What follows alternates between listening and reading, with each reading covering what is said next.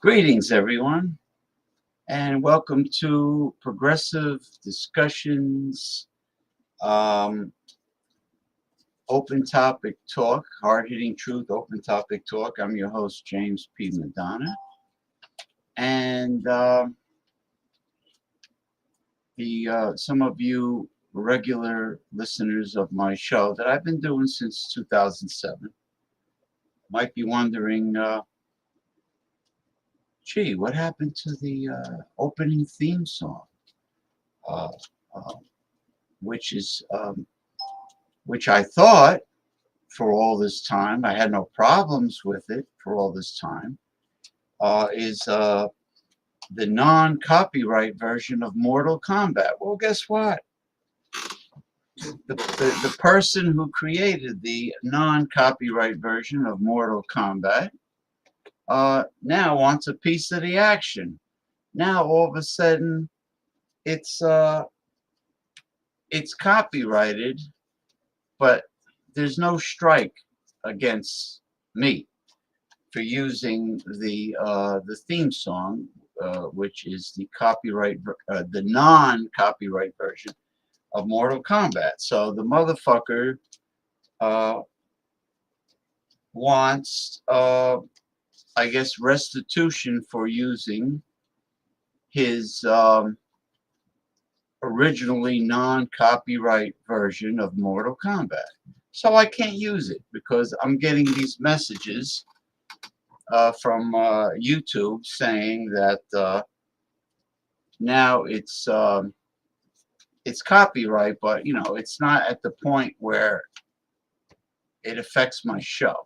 But still, I just don't want to be.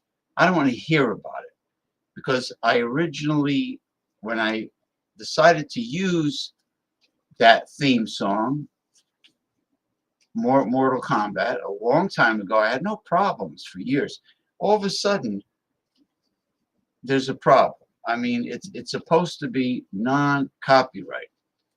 So because of today's greed in our lovely capitalist society, even non-copyrighted music is gradually becoming copyright. Go fuck yourself, you cocksucker. All right.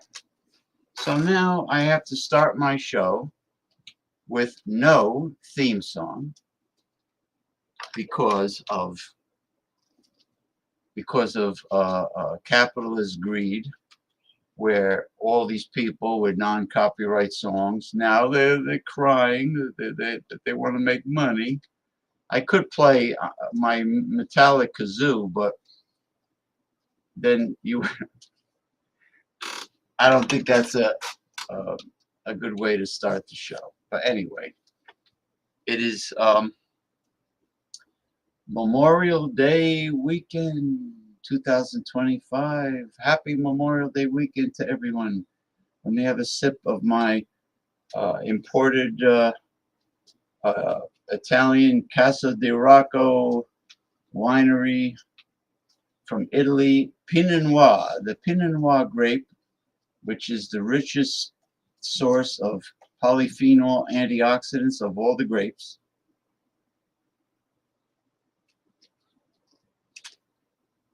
Ah, wonderful. And I'm drinking it out of my favorite wine glass that I got at the Dollar Tree many years ago.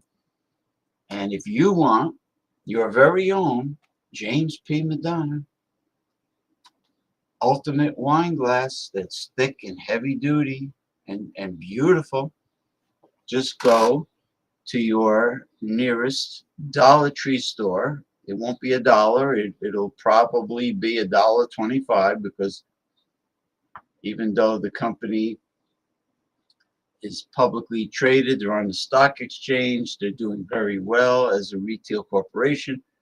They decided to raise their prices from $1 to $1.25.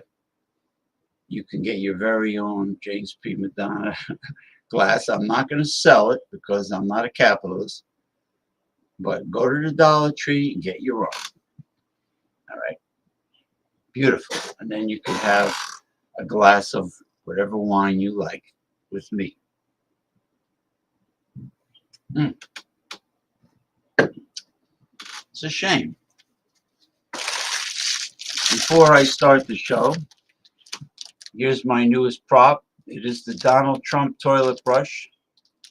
Isn't that cute? Donald Trump toilet brush. I can use it as a magic wand, or I can use it like a puppet, like a ventriloquist dummy puppet. But if you're wondering why it's in the original packaging, why I haven't opened it up, well, I am doing this for investment purposes, potential future investment purposes, and this way the value of the infamous Donald Trump toilet brush will be higher, probably much higher, if it is in the original packaging, if I don't remove it. The same thing goes for collectible action figures. Always leave it in the original box if you have a strong hunch that it might have investment value in the future. My friend, Andrew Anderson, professional wrestler, the star of the movie The Wrestler with Mickey Rourke and Marissa Tomei. He is an expert action figure collector, and he keeps his in the original boxes. And the same thing goes for comic books. He leaves them in the original plastic wrap that it comes in. So I'm doing the same thing with this, because eventually this man will go down in infamy in history, in the history books, and it won't be good, it won't be positive. And someday he won't be in the spotlight anymore, he won't be relevant. And I have a lovely and very applicable investment item that best describes that is the most applicable object that you can possibly save of Donald Trump. Is the Donald Trump toilet brush. So people, run out there and, well, you don't have to run out there, just go on Amazon, order one, save it like I'm doing, and it will be worth something. Believe me. There we go. The Donald Trump toilet brush. I'm showing this for Memorial Day weekend 2025. Well, I show it at the beginning of every show because I like it. It is very funny and very applicable. Now I will sink my piranha teeth into our topics. Let's see what's going on here.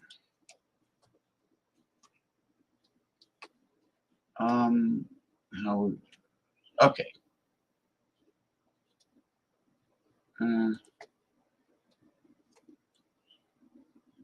No, that's not it.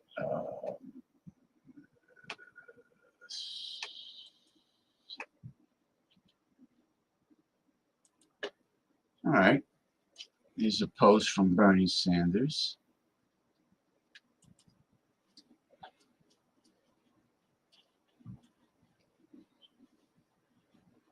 What's going on here?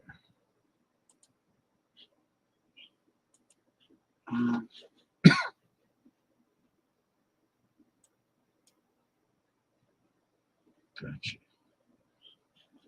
All right. Let me do a screen share here.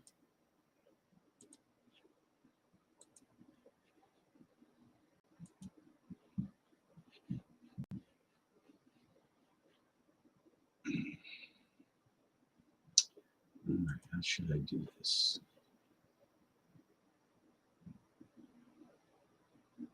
The line that they're giving about these big cuts to Medicaid is that there are work requirements, that there's too many able-bodied people laying around getting free health care. We believe welfare dependency, not work, is the barrier. That's an op-ed from Robert F. Kennedy Jr., Mehmet Oz. What do you say to that? It's nonsense. The overwhelming, we're going to be looking at $715 billion in cuts to Medicaid and to the Affordable Care Act. That means, Chris, that according to the CBO, over 13 million Americans are going to lose their health insurance. And then on top of that, what the Republicans are proposing is a $35 copayment for many Medicaid recipients. Right. If you are making $16,000 a year, you know what? You can't afford that $35. You are not going to go to the doctor. One of the outrageous dysfunctionalities of our current healthcare system is we lose some 70,000 people a year die because they don't get to a doctor on time. When you throw 13 million people off of health insurance, when you raise co-payments for poor people, it is a death sentence. Thousands and thousands of low-income and working people will die because they simply will not be able to get into a doctor's office when they need it. That's right. That is right. And how do the Republicans realistically expect the low-income Americans, poor Americans, how do they expect them to afford their own health insurance? They think that the average job, the typical job in the United States, is going to provide adequate health care for their employees.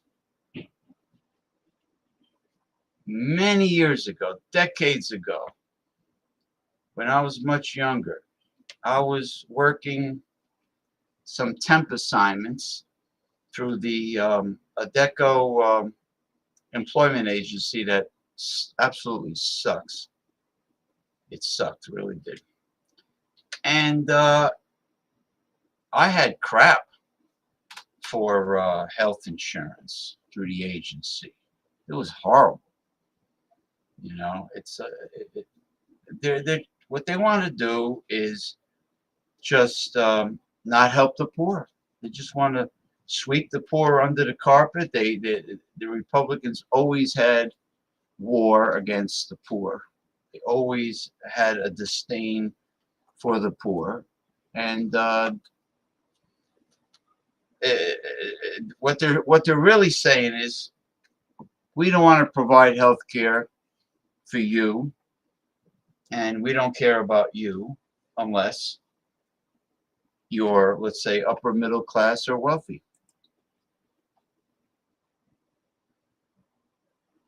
Okay, this has to do with fake dairy. Eey, that's horrible. Oh, look at that, they removed it. Video unavailable. It has to do with selling fake dairy. Now, I've watched videos where I have seen loaves of bread that were obviously synthetic and not real bread. And I've seen videos where it showed meat that was like 3D printed, it was fake meat. So what I'm trying to say is capitalist greed has gotten worse, especially since the Republicans took control of Washington, and Republicans represent fascism, corporate control. That's it. That's what it comes down to.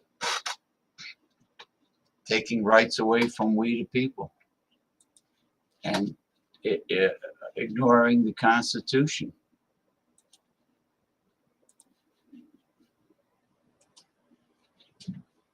All right. So, hold on. Okay. Now we move on to the next topic.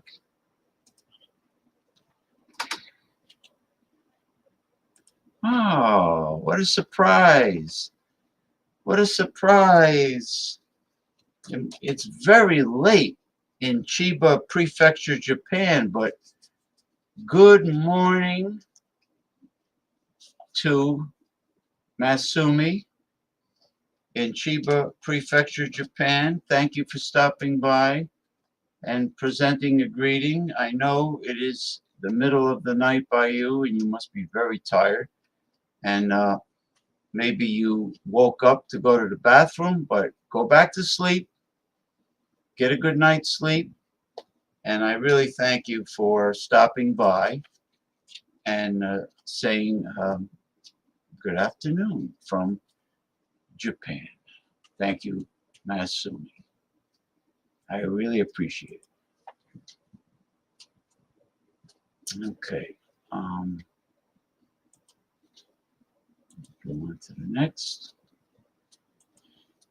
Now, if I don't have any panelists for Memorial Day weekend,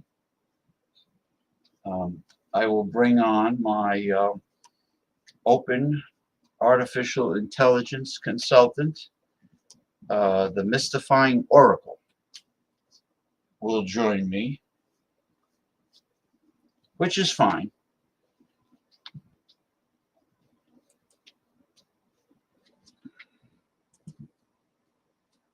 Okay.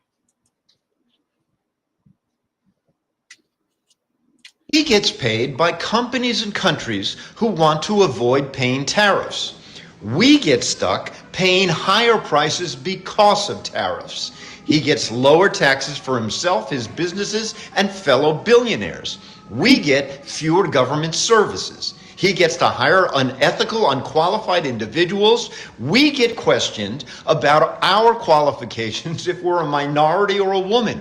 He gets a $400 million plane. We get cutbacks at the FAA and increased danger and flying delays. He gets a $45 million military parade for his birthday. We get dramatic cuts to veterans' benefits. He gets to lie with impunity.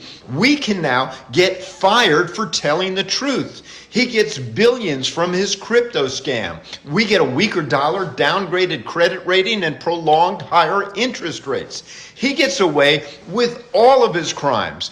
We can get sent to rot in jail in El Salvador without due process. He is for himself always and forever. Do you agree? Yeah, of course I agree.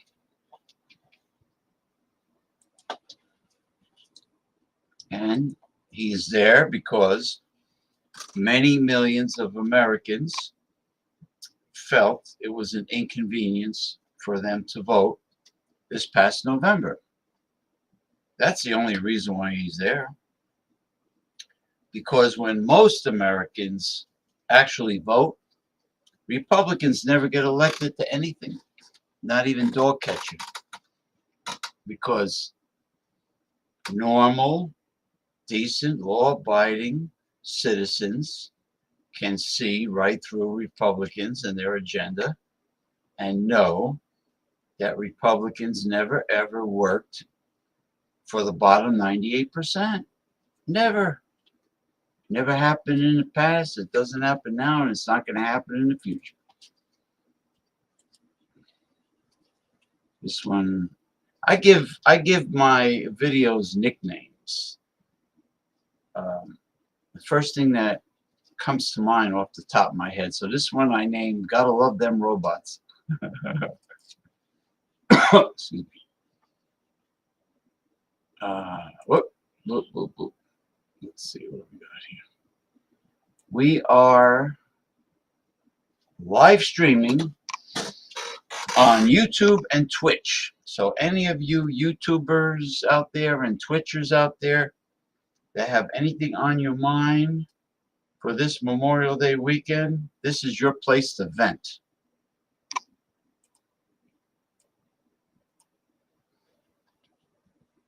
All right.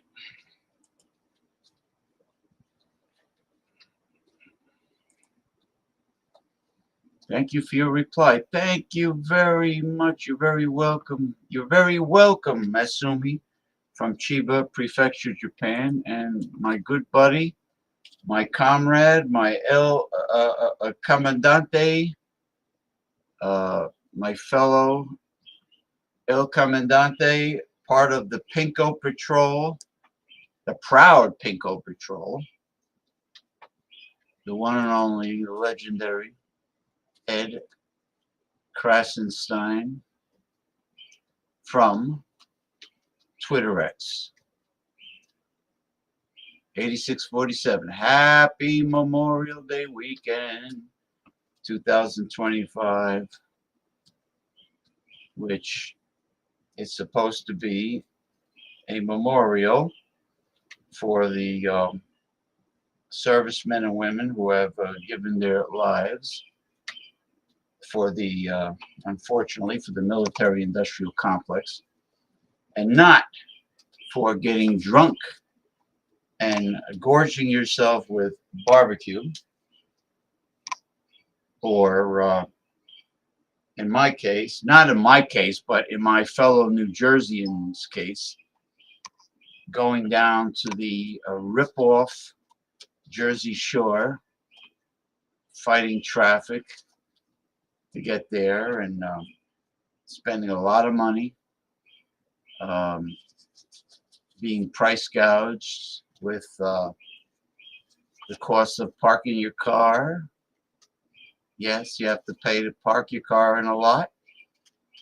You have to pay to get on the beach. You have to pay to change into your bathing suit. Let's see. You cannot bring food or beverage on the beach because they want you to get ripped off by the vendors on the boardwalk. Like people get ripped off when they go to the Major League Baseball games when it comes to food and beverages. Yes, it is all a racketeering scam of capitalism. That's exactly what it is. Brother Krasenstein, you're a brother from another mother like no other. And when you speak, you don't sound like Scatman Crother. A Memorial Day for 47 needs to be held soon. Yeah, you're right. Please enlighten me. All right. Memorial Day.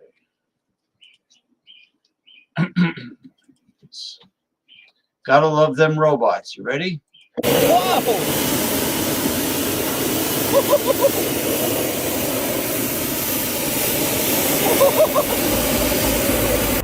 By the end of a couple of years, robots will outnumber humans in most jobs. And no, we are not speculating, because these robots have already entered the home.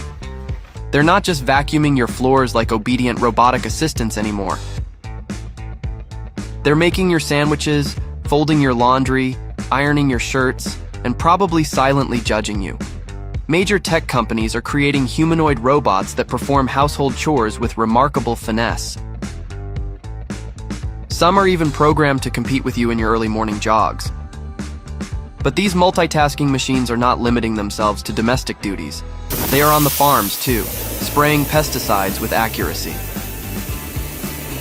In healthcare, robots like Grace are taking on roles in hospitals and elder care facilities. Meanwhile, on the streets, robot police officers are actively assisting human law enforcement by scanning faces, issuing fines, and saluting passers-by with eerie precision. Let's not forget the entertainment and physical agility department. Today's humanoid robots are not just mobile, they're athletic. Some can side flip, sprint, and perform martial arts. The Boston Dynamics robots, for instance, can walk, crawl, and jump over obstacles. Newer models of Unitree are even trained to conduct boxing rounds. And speaking of physical agility, did you know robots are learning to play soccer too? Humanoid robots can now dribble, pass. I just want you to know that those realistic, very advanced Unitree robots are from China. All right, think about it. China has become very technologically advanced in all ways and has infrastructure that puts the entire world to shame, including Donald Trump's America, America, America. Pathetic. And that doesn't count the new electromagnetic, whatever, high-speed rail that travels 600 miles an hour, over 600 miles an hour in China. And shoot with impressive teamwork. They're being trained not only in physical movement, but also in strategic decision-making. In the logistics and retail world, robots are already indispensable.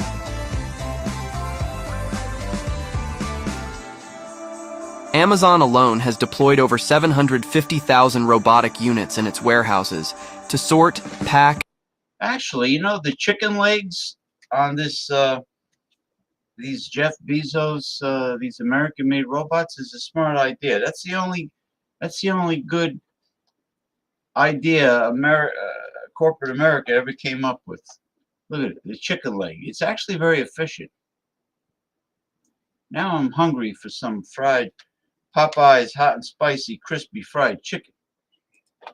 And ship products with machine-level efficiency. These robots work 24/7. Don't take breaks, and never accidentally drop your parcel in the wrong bin. So humanoid robots are not just assistants. They're emerging as colleagues, co-workers, and in some cases, competitors. If robots are mastering every domain we once considered uniquely human, what remains distinctly ours? Creativity, emotion, a messy desk? Let's open the floor in the comments.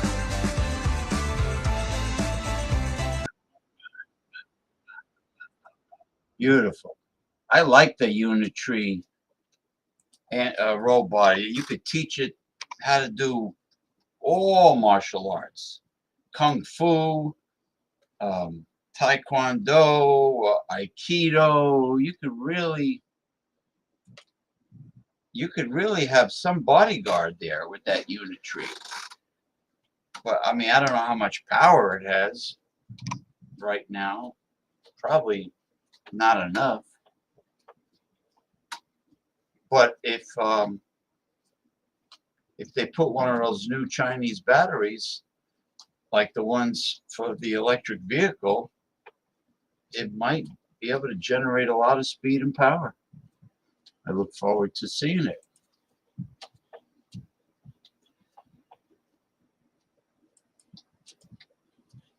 All right, let me check on the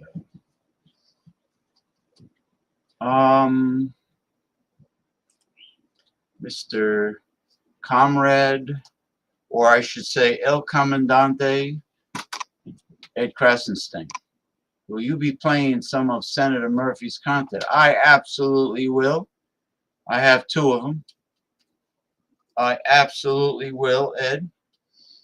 You should come on the show, because those other jabronis that usually come on my show, they're busy.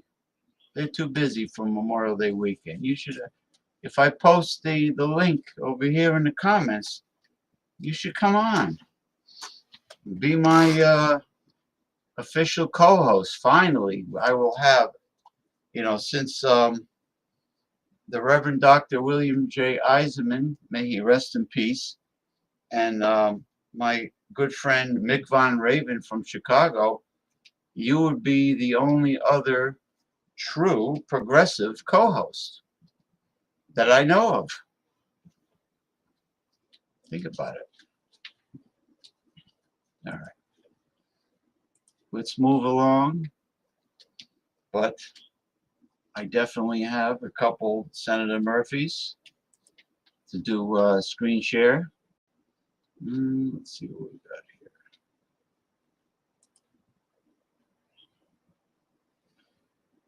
Get this, Trump is telling Walmart to, quote, eat the tariffs after he raised their costs with his idiotic tariff tax. So one wonders why Trump can't eat the difference when he charges us, the American taxpayer, up to $1,185 per night for Secret Service personnel to stay at his properties when the approved government rate is $200 to $250 per night, or why he now charges up to $5 million to eat dinner with him when he works for us, supposedly. And lastly, if he lowers the price of his ugly ass $55 hats, which he used to sell for $25, I'll eat my hat.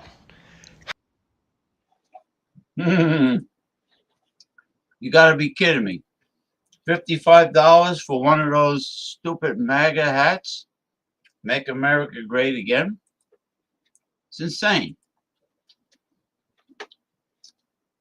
Now we're gonna dabble in a little science and technology as it applies to our food production.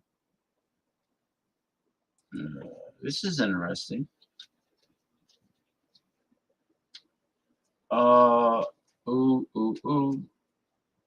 This is from CGTN from mainland China to show you another example of why China is so technologically advanced over the horse's ass jabronis here in the United States.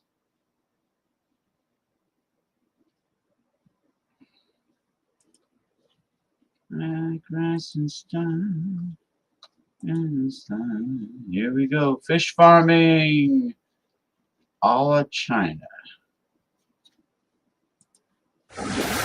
It almost looks like the water is boiling, but what you're actually seeing is a feeding frenzy of pompano fish, perhaps just days away from harvest, then straight to the table. Oh, how about that? Twofer!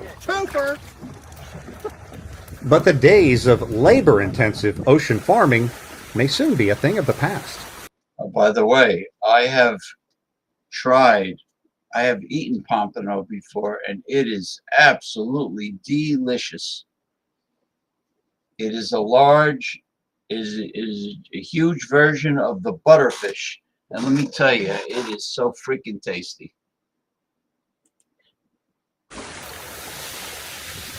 At first glance, it looks like little more than a postage stamp on the South China Sea. But up close, it is much larger and far more efficient than traditional fish farming in what's known as gravity nets. Zhao Haiyan has worked here for 2 years as a diver and platform operator. This is safe, scientific, and smart breeding. It's allowed China to become the world leader in ocean farming, producing exponentially more fish than its closest competition. You don't have to be a scientist to see that right now the fishing farm is empty. They're in between cycles, but they harvest basically 3 different qualities of fish. The lowest would be grouper and pompano, and then several species of catfish, and finally the most elevated would be salmon and yellowfin tuna. And yellowfin tuna take 3 years to reach maturity. Feeding is done automatically, and salinity, along with other levels, is constantly monitored.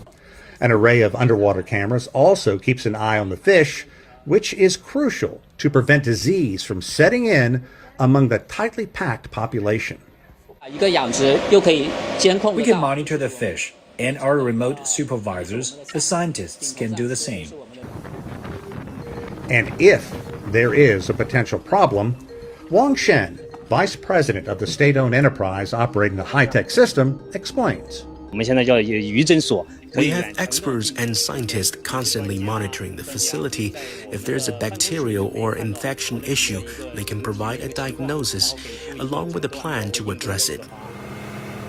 Giant fishing trawlers that patrol the seas run the risk of overfishing and cleaning out the world's oceans of fish. That's the reason that ocean harvesting is becoming so popular. It's economical and also much better for the environment. Overfishing leads to the depletion of fish resources. However, with this system, we ensure a stable and continuous supply of marine protein, which is especially important. It's hard work. Between cycles, crews spend 2 months mending and cleaning the protective nets. This part of the South China Sea is also prone to typhoons. The solid structure provides stability, and ahead of a storm, crews can use drones to feed the fish. Our entire marine ranching operation, especially the modern development, which we call modern fishery, has many advantages. Been a nice ride. Not the least of which is ensuring a steady supply of protein for China and billions of people globally. Sean Caleb, CGTN, the South China Sea. Very impressed. And it's not like those landlocked, man-made fish ponds where they attempt to farm raise fish in the United States, including the Atlantic salmon, that are very polluted, lots of toxins in there, because it's a relatively small, confined, limited body of water. And this one I named the Godly Message. There might be more to it than that, but I had to give it a nickname really quick. So, being that I accumulate so much for the show. Hold on, me brother. Hold on. Hey, I'm not ready yet. I'm not ready yet. Let me check. Anyway, we're live streaming on YouTube and Twitch. So all you YouTubers and Twitchers out there, if you have anything on your mind, this is your place to vent. Like I said at the beginning of the show, I could not play, and I cannot play my what do you call it? My usual theme show, my usual theme song, which I thought was non-copyrighted, the non-copyrighted version of Mortal Kombat. I can't play it anymore because I'm getting warning messages because the motherfucker that created the non-copyrighted version of Mortal Kombat now wants to make money. I have an itch in the center of my forehead that needs to be scratched.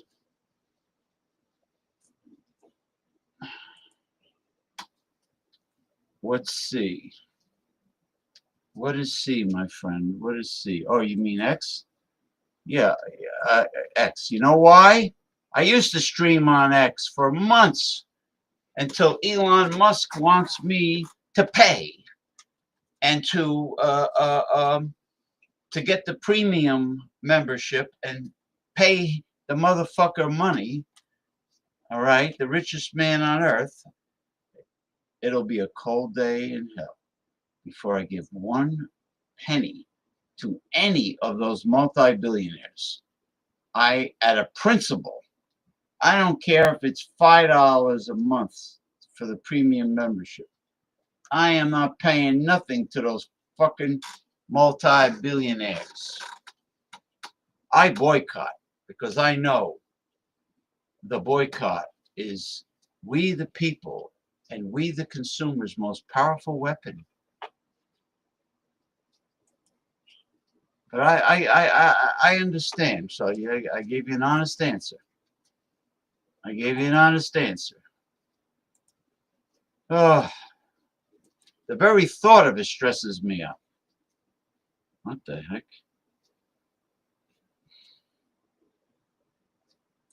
Cares about the people who don't like you. A lot of people didn't like Jesus. Now, hold on, bro. I think. Who cares about the people who don't like you?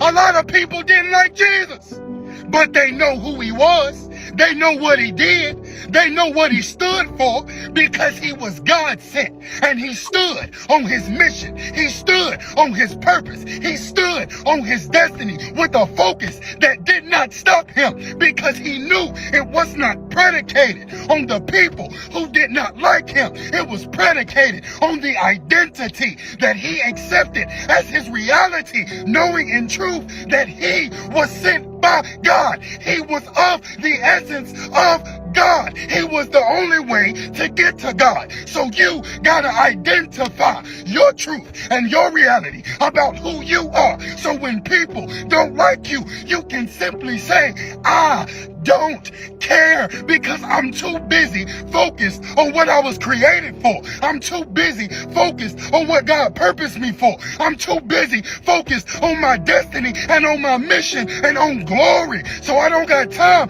to think about why you don't like me, because at the end of the day, you ain't gonna do nothing. You ain't gonna stop nothing. You can't do nothing. You can't do nothing but be a roadblock that God is going to use as a testimony about the attacks that the devil tried to form against me that did not prosper, that showed up in the form of a hater. So you might as well get out of my way now or become a part of my testimony. If you receive that and agree with that, comment, I don't.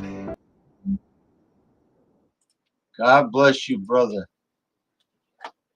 God bless you, brother. Brother from another mother like no other. God bless you. Midterm mania. All right, hold on, folks. Okay. This fucking Mark Zuckerberg is really a pain in my fucking ass. Really is a pain in my ass. Anybody, any geek, any dork geek with a hook nose is bound to give you aggravation.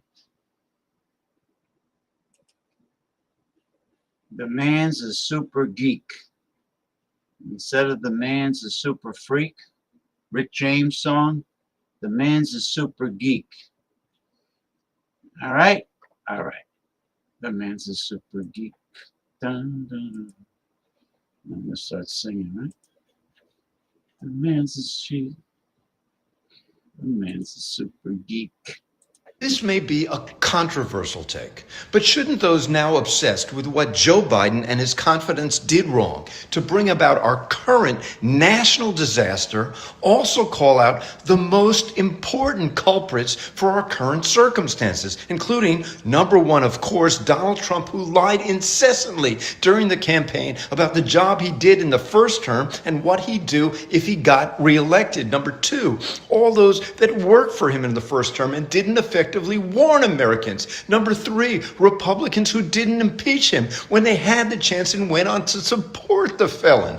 Number four, the justice system, including the Supreme Court, who didn't hold him fully accountable. Number five, every media outlet and influencer that reinforced his lies. Number six, the social media algorithms that aggressively distributed bot-empowered pro-Trump content. Number seven, the greedy billionaires that funded him. And last, but certainly not least, the voters that got fooled again and voted for this deranged, deceitful devil.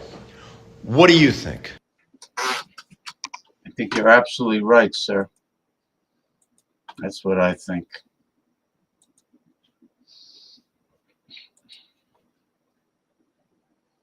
Let me see. This one is. Oh, okay. This is a good one, Mr. Ed Krasenstein. Democratic Socialism Explained on YouTube. This is a good one.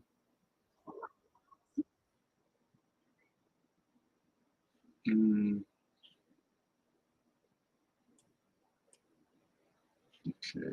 be right with you. Oh. All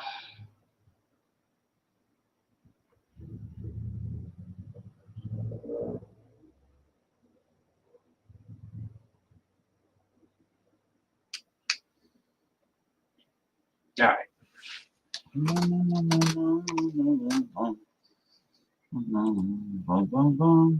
Ed Krasenstein, fellow El Comandante and comrade, and official member of my Pinko Patrol. All right, here we go. This is a good one, man. 6 minutes, but it's worth it. Since Alexandria Ocasio-Cortez's victory in New York's June 26 primary, unseating a 10-term incumbent, the term Democratic Socialist is back on the mainstream radar. She's a member of the Democratic Socialists of America. Self-described Democratic Socialist. Vowed socialist. 28-year-old self-identified socialist called Alexandria Ocasio-Cortez. Democratic Socialists are popping up in races across the country, even winning in districts where they weren't yet on the ballot. And yet, despite this surge, socialism is a political ideology that is often misconstrued and misrepresented in America. It's not okay to put donors before your community. When we organize people power, we can elect a government that truly represents us, not the interests of the 1%. This is a grassroots campaign of the people, by the people, and for the people. The basic principle of socialism, or at least of social democracy, is that political equality is impossible without some degree of economic equality. As a result, it's not enough just to guarantee to citizens equal rights or equal votes. They also need to achieve some degree of economic independence. Socialism was popularized in the 19th century by revolutionary political theorist Karl Marx. Marxism aims to establish a society governed by the working class. His theories were integral to socialism in Europe. America has always been something of an outlier, and in fact, Marx has historically been much less significant for American socialists than for European socialists, and the aim was not to replace capitalism, but rather to restrain it and to ensure that the riches that capitalism produces are fairly shared among citizens. Today, I think we're seeing something that fits into that long tradition, but has its own voice. Every working class American in this country should have access to dignified health care, and no person should feel precarious or unstable in their access to housing as our economy develops. Some Democrats are We believe that, as Alexandria Ocasio-Cortez has said, in a modern, moral, and wealthy society, no American should be too poor to live. And that's, I think, basically what DSA stands for. This platform is gaining popularity, especially among young voters who don't have the same connotations around socialism as older generations. According to a 2015 YouGov poll, only 15% of Americans over 65 have a positive view of socialism. But when you look at the people under the age of 30, the percentage more than doubles. Many of the people today who call themselves socialists actually have no memory of the Soviet Union or of China in its more orthodox Marxist phase. And that too makes it easier to identify as a socialist today. But not everyone has moved beyond socialism's historical associations. Together, we're talking about socialism as a platform, which, as we both know, has killed over 100 million people. Full-throated socialism, despite its abject failure in places like Cuba and Venezuela. I, for one, work hard, pay taxes, believe in capitalism, and have no plan to move to Venezuela or Sweden. Janine Pyro, what a moron. Judge Janine, douchebag. You hear her voice? Socialism, I think, can plausibly be depicted as opposing that conception of freedom and equality. And that's the only way you can have socialism. You have to force people to take from those according to their ability and give to those according to their need. It takes a totalitarian government to make that work. Conservatives and Republicans have denounced the American welfare state since the 1940s as incipient socialism. They have trifled with that great American institution, free, private competitive enterprise Ah, by shut up. discouraging Go fuck yourself. adherence to the principle of private ownership of property. They have established the prerequisites to a socialistic Yeah, property. So you can pay chicken fees, starvation wages with no benefits, or you can bring back child labor because you're so damn greedy. Yeah, Republican, get the fuck out of here. or even later a communistic state.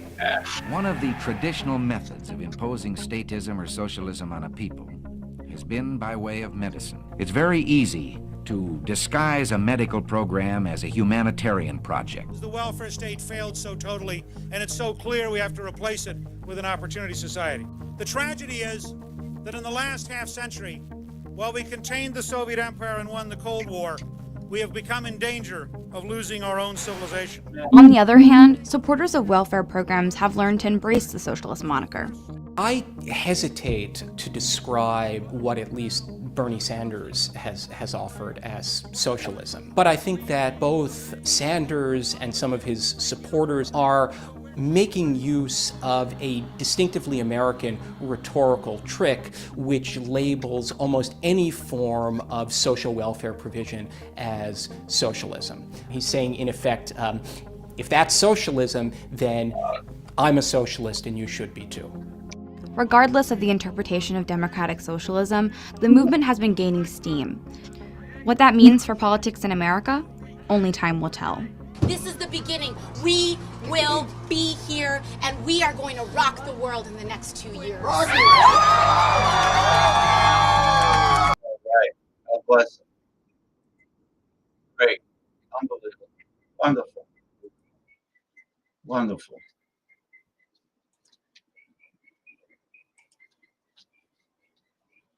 This one is called Trump's Golden Dome. Boy, you want to get some laughs here? You're gonna get them. The Golden Dome. This is quite amusing. Donald Trump's Golden Dome. This guy is, I tell you, he's definitely providing a lot of entertainment as well as pain.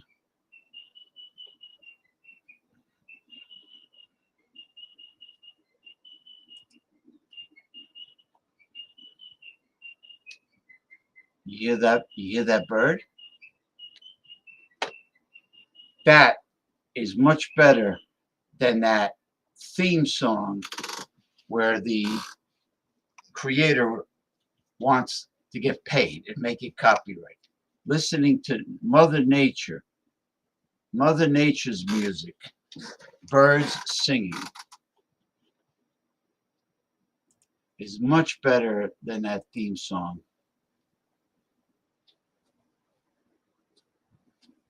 You know? All right. Here we go. Trump's Golden Dome. You ready for this? Mr. President, add this to the long and growing list of promises made and promises kept. Ultimately, this right here, the Golden Dome for America, is game changer. It's a generational investment in the security of America and Americans. Mr. President, you said we're going to secure our southern border and get 100% operational control after the previous administration allowed an invasion of people into our country. President Reagan 40 years ago cast the vision for it. The technology wasn't there. Now it is, and you're following through to say we will protect the homeland from cruise missiles, ballistic missiles, hypersonic missiles, drones, whether they're conventional or nuclear. It's not lost on me, sir, also that you had the vision to start the Space Force, and here we are when the others said we didn't need it. Here we are in the Oval Office with one of the leaders of the Space Force in General Gutlein, leading the charge on putting in place a game-changing Golden Dome. Sir, it's an honor to be a part of this bold initiative. We're going to get to work on it. We have been since you signed that executive order on January 22nd. We've been fast forward on this. We're here on this day, and this is just one stop in delivering this defense of the homeland, which is something you've charged us with doing, and we'll keep going until it is complete, sir. Gotta play. I don't know. Should I do it? The Golden Dome. Sounds like he wants to separate. It's not necessarily to protect the United States from foreign attack, because the United States already has that topic covered. I think it's to keep immigrants out, being that they're so damn racist, Republicans. You know. Now here's Tuck. This is interesting. This is a guest that was on the Tucker Carlson show, and this is a cancer expert.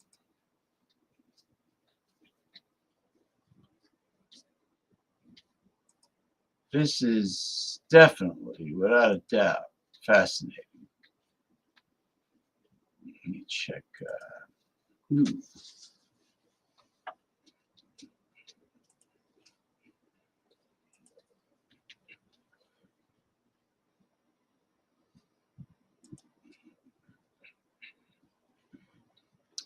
Yeah, there's no way. If I was live streaming for free for so many months on Twitter X, why the fuck should I pay?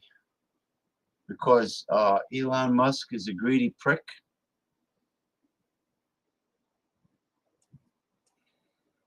You know? Out of principle, I wouldn't do it. So let's just say I leave here and am diagnosed with, a serious life-threatening form of cancer. What would you recommend I do next? So this is where you play chess and don't play checkers. This is where you play Go, where you say, okay, what is the cancer doing first? Well, guess what? The cancer is not stupid, so it's figured out a way to hide from these killer cells. So the first thing you have to do is you have to expose the receptors on the cancer so the killer cells could recognize that. So even in the presence of chemotherapy, you don't use chemotherapy to kill the tumor. You use a tiny dose of chemotherapy just to stress the patient, the cancer, and the cancer says, oh my God, something's coming at me, and it starts exposing itself. So you go from hide to expose. So you use the chemotherapy at a low dose called low metronomic dose to use it as what I call an immunomodulator. Importantly... Wait, I was asking, you're describing cancer as almost like an autonomous entity that has a goal, a will to destroy the human body. It does. But you're describing like it's a machine. But with intent and kind of clever behavior. It hides? Like what? You're describing like some foreign entity in the body that's trying to kill the body. It is. It's like a virus. But how can a tumor know to hide? Because it has genomic sequencing in there that actually blocks the expression. So it just sounds diabolical. It is diabolical. That's why I spent 50 years trying to understand. It's not a human brain. It's biology and how biology can mutate. And actually, your body is a beautiful thing. It's an exquisite thing. So it has to have this thing called epigenetics. So it has the genomic sequencing that says, I'm not going to express this. So we can now stress that and block the blocker, and it now expresses something on its surface that our T cells can recognize. So that's the first step. Smoke it out. Smoke it out. But your body has mechanisms to smoke it out. It gets even more complicated. Your body has a thing where you can induce what we call DAMPs, which is damage-associated molecular patterns, but forget that. It's a way of actually smoking it out, so now your T cells can recognize it. Okay, so now you've done step one. That's just step one. That's one molecule. So this is why I think the FDA needs to understand we're fighting a war where you need battlefield awareness all simultaneously, where you have to orchestrate your Marines, your Army, your Navy, your Air Force, all in the right place, so that you can use the tumor in your body to act as the weapon, as the vaccine. Because a tumor has molecules that is foreign to the rest of your body. And if you educate your T cells to recognize those molecules that is foreign to the rest of your body, that T cell can remember. Now you have a memory T cell. So for the first time in 2024, in our package insert, we have a molecule called the BioShield now, I'll call it the BioShield, that can activate the natural killer cell, activate the killer T cell, and drive memory T cells. We now have bladder cancer patients who would have lost their bladder in complete remission for 9 years and still alive. And so the protocol is you administer low dose chemo to identify where the tumor is. You smoke it out. You smoke it out. But at the same time, you need to have the natural killer cells and T cells ready. So you give them the BioShield that upregulates and stimulates your natural killer cells and T cells. What about radiation? Does that play a role? That'll kill your natural killer cells and T cells. So no. Unless, and comes out, unless, today the radiation is what they call 70 gigabits. It's huge doses. Unless you give a tiny little dose just to the tumor, nowhere else, to smoke it out. So you use radiation in a very different way called SBRT, a low dose. To identify rather than destroy. To expose rather than expose. So the algorithm is expose, from hide to expose. The next algorithm is activate and proliferate your NK cells. And that's with the subcutaneous injection. Correct. The next algorithm is to educate your T cells with a vaccine that you anticipate that it's going to be exposed. So you now have educated T cells ready. So you've got educated T cells, you got NK cells. And the next thing is to activate your macrophages so they become killer macrophages. And the next step is to suppress the suppressors. You do that all simultaneously. How much human suffering is involved in this? There's a lot in a conventional course of cancer therapy. All as an outpatient. We've done hundreds of patients now. So someone taking this course is he going to lose his hair or throw up all the time? As an outpatient, no. What's even more exciting... Because that matters for cancer patients. I mean, it's hard to be a cancer patient. It's horrible. Yeah, but we're now seeing patients now in complete remission. More importantly, I want to treat patients before they need surgery. Wow. That's all I can say. Wow. Incredible. Incredible. That excites me. I put that on my Facebook group called Original Holistic Health Talk.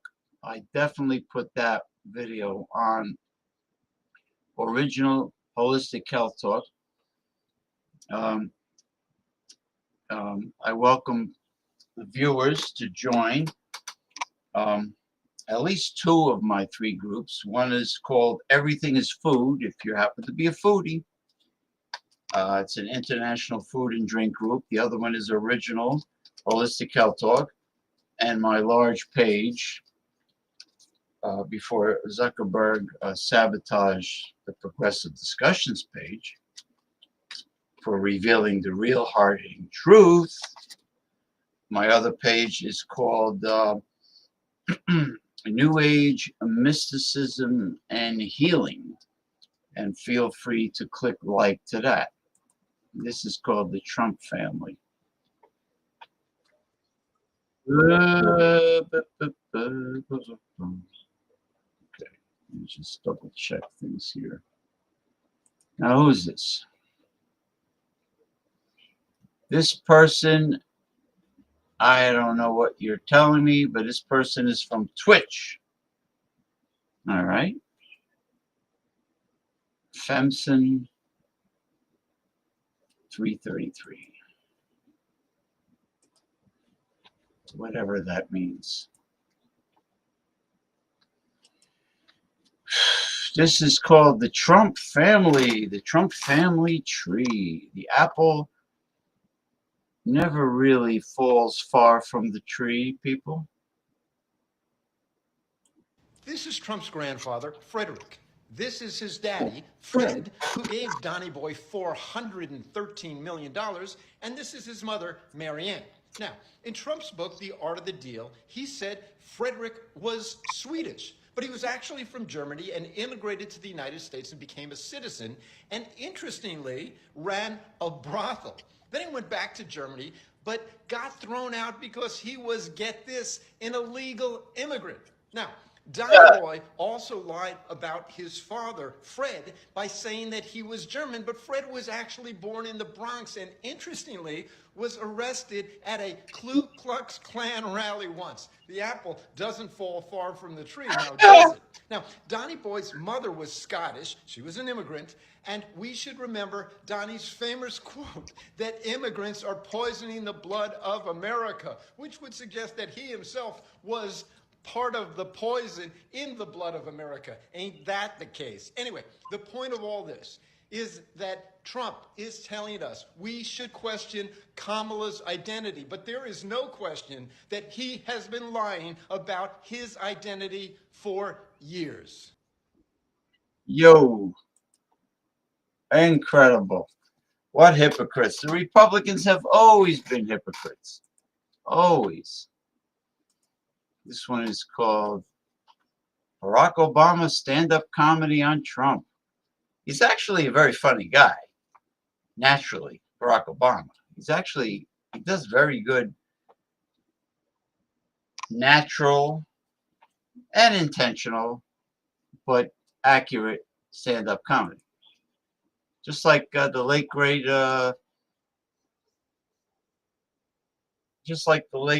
George Carlin. Let me check things here. Oh, jeez.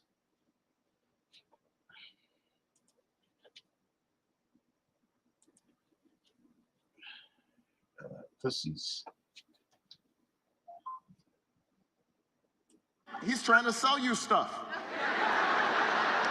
Have you noticed that? Who does that?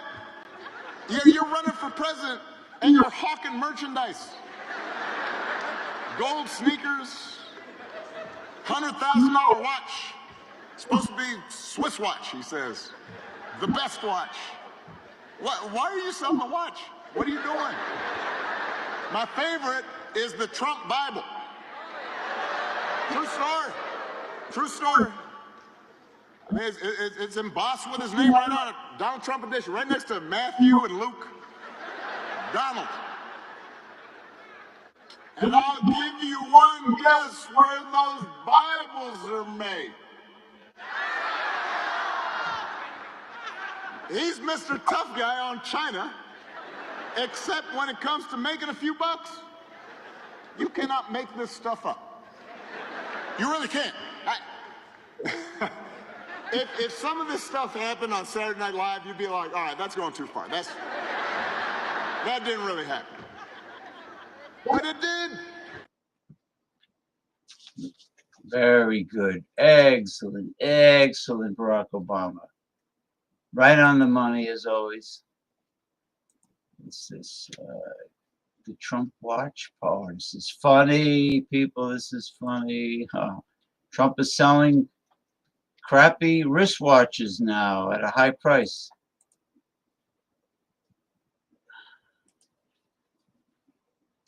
This is hilarious.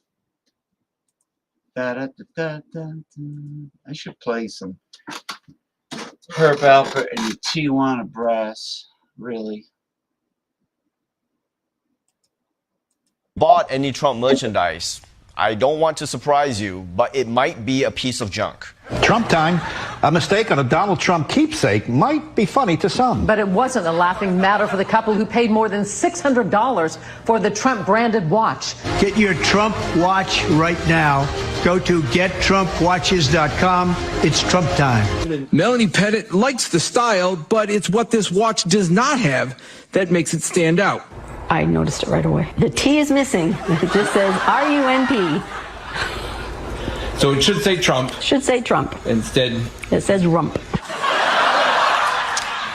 What a shocking story. I mean, truly, I did not expect them to be able to read. And you might be thinking, what kind of respectable horological craftsman of luxury timepieces would allow this to happen? Well, it turns out watches might just be their side business. New eye-popping details about Donald Trump's watches, and there's a link to Viagra Honey. And this is a product that is born out of a licensing agreement with a company called the Best Watches on Earth LLC. There is another company at this business registered at the same address called the Best Honey on Earth. They sell male enhancement honey. Which is exactly what it sounds like. It is a product that helps men perform in the bedroom. Wait, everyone shut up. Stop laughing. That's boner honey? This changes everything. I mean, I guess this does explain why that honey I bought looks so weird. But, you know, Trump's going to be bathing in that like the Baron in Dune. But I just hope that those watches have like a little warning label on them, like you do for people with nut allergies. Like, warning, this watch was manufactured in a plant that also processes honey. Male enhancement honey. Boner honey. How about that? I'm telling you, this guy is, they broke the mold when they made Donald Trump. The hell is this? A message from our Pope, from our new Pope. All right, we're going to hear from our new Pope.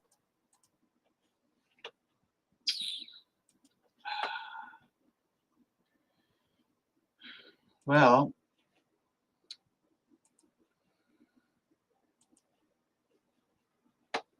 you ready? This is our new Pope. The Pope, I must warn Trump, your policies are a blatant affront to our church. You've turned the border into a war zone, revoked birthright citizenship, and even allowed law enforcement to storm churches and schools, treating sacred spaces like hunting grounds. You constantly shout about making America great again, but you ignore what true greatness really means. You've torn up international agreements, insulted allies, and turned diplomacy into a reckless gamble. Accepting luxury jets gifted by Qatar is a gross violation of ethical standards in public office. You've abused your power for personal gain, disgracing the sacred duties of the presidency. As Pope, I must remind you that power belongs to the people. It exists to protect the vulnerable, not to feed greed and ego, not to feed greed and ego, not to feed greed and ego, not to feed greed and ego, not to feed greed and ego, not to feed. Damn right. You know what? This Pope is going to be very popular because he's American. He speaks perfect English. I'm telling you, he's going to be very, very popular. Not to take anything away from Pope Francis, but this guy, I have a strong feeling about him. Now we're going to lay a little Jasmine Crockett on you.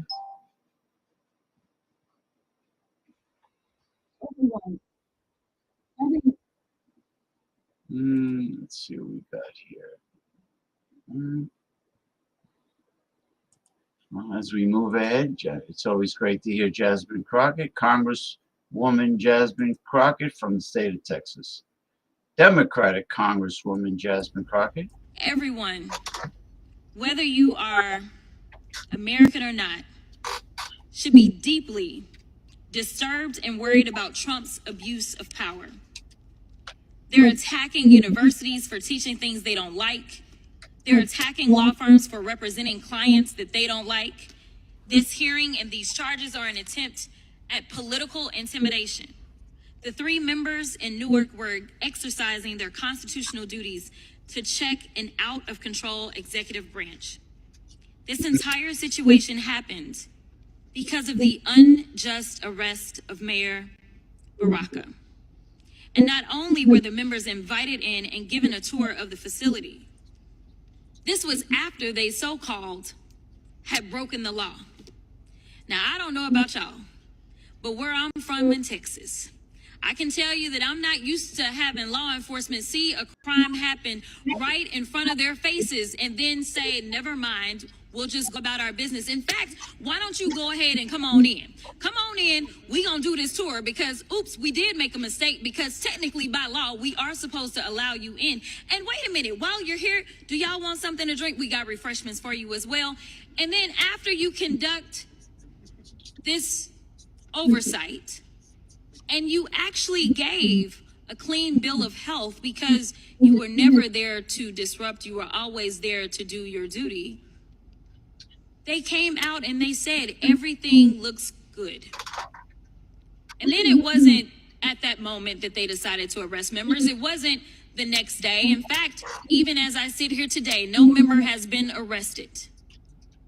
Now you tell me how many times you can see the robber go in the bank, steal the money, and then they say, well, never mind, we'll think about this later. That is what you call politicizing.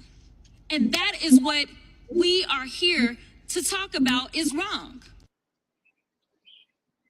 It's always great to hear from Jasmine Crockett. I always said Jasmine Crockett should join Bernie Sanders and Alexandria Ocasio-Cortez in doing those nationwide rallies against the oligarch.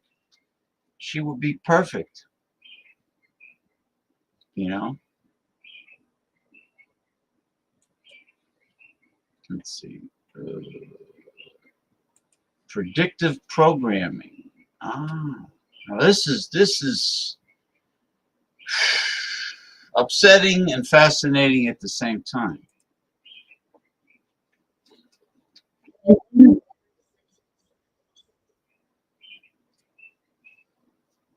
Let's see how we will do this here.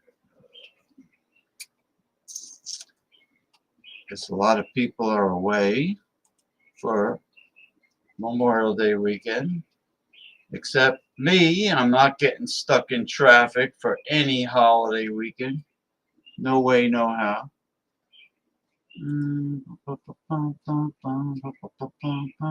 Have you wondered why The Simpsons shows something and then out of nowhere it actually happens? That's not some lucky guess. That's what they call predictive programming. See, movies, cartoons, shows, they don't just predict the future. They show it to you before it happens. Because they have to. That's part of the deal. It's not just entertainment, it's warning hidden in plain sight. There's this scene in Captain America, right? Times Square. On the screen in the background, there's a mask, a Corona bottle sign, and that spiky little virus symbol. Before any pandemic was even a thing, what are the odds? But here's where it gets deep. Why show it at all? Why put the plan out there? Because, according to some beliefs, evil forces are allowed to mess with this world as long as they tell us first. A preacher once said, Jesus told the devil, you can have this world, do what you want, but you must tell them first. And that's what they've been doing, hiding truth in fake stories, making it look like just fiction. So when it all happens, we don't question it. We just say, that's weird, and move on. But it's not weird. It's planned. It's a rule, and they've been showing us for years. We just...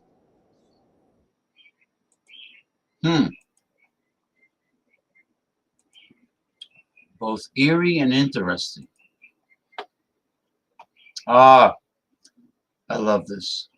I don't think it's a video, but I love it. One of my wishes or dreams will come true. Maybe thanks to Donald Trump. I don't know. Maybe. Oh, there is a video. Oh, thankfully. Good. I don't have to read a damn article.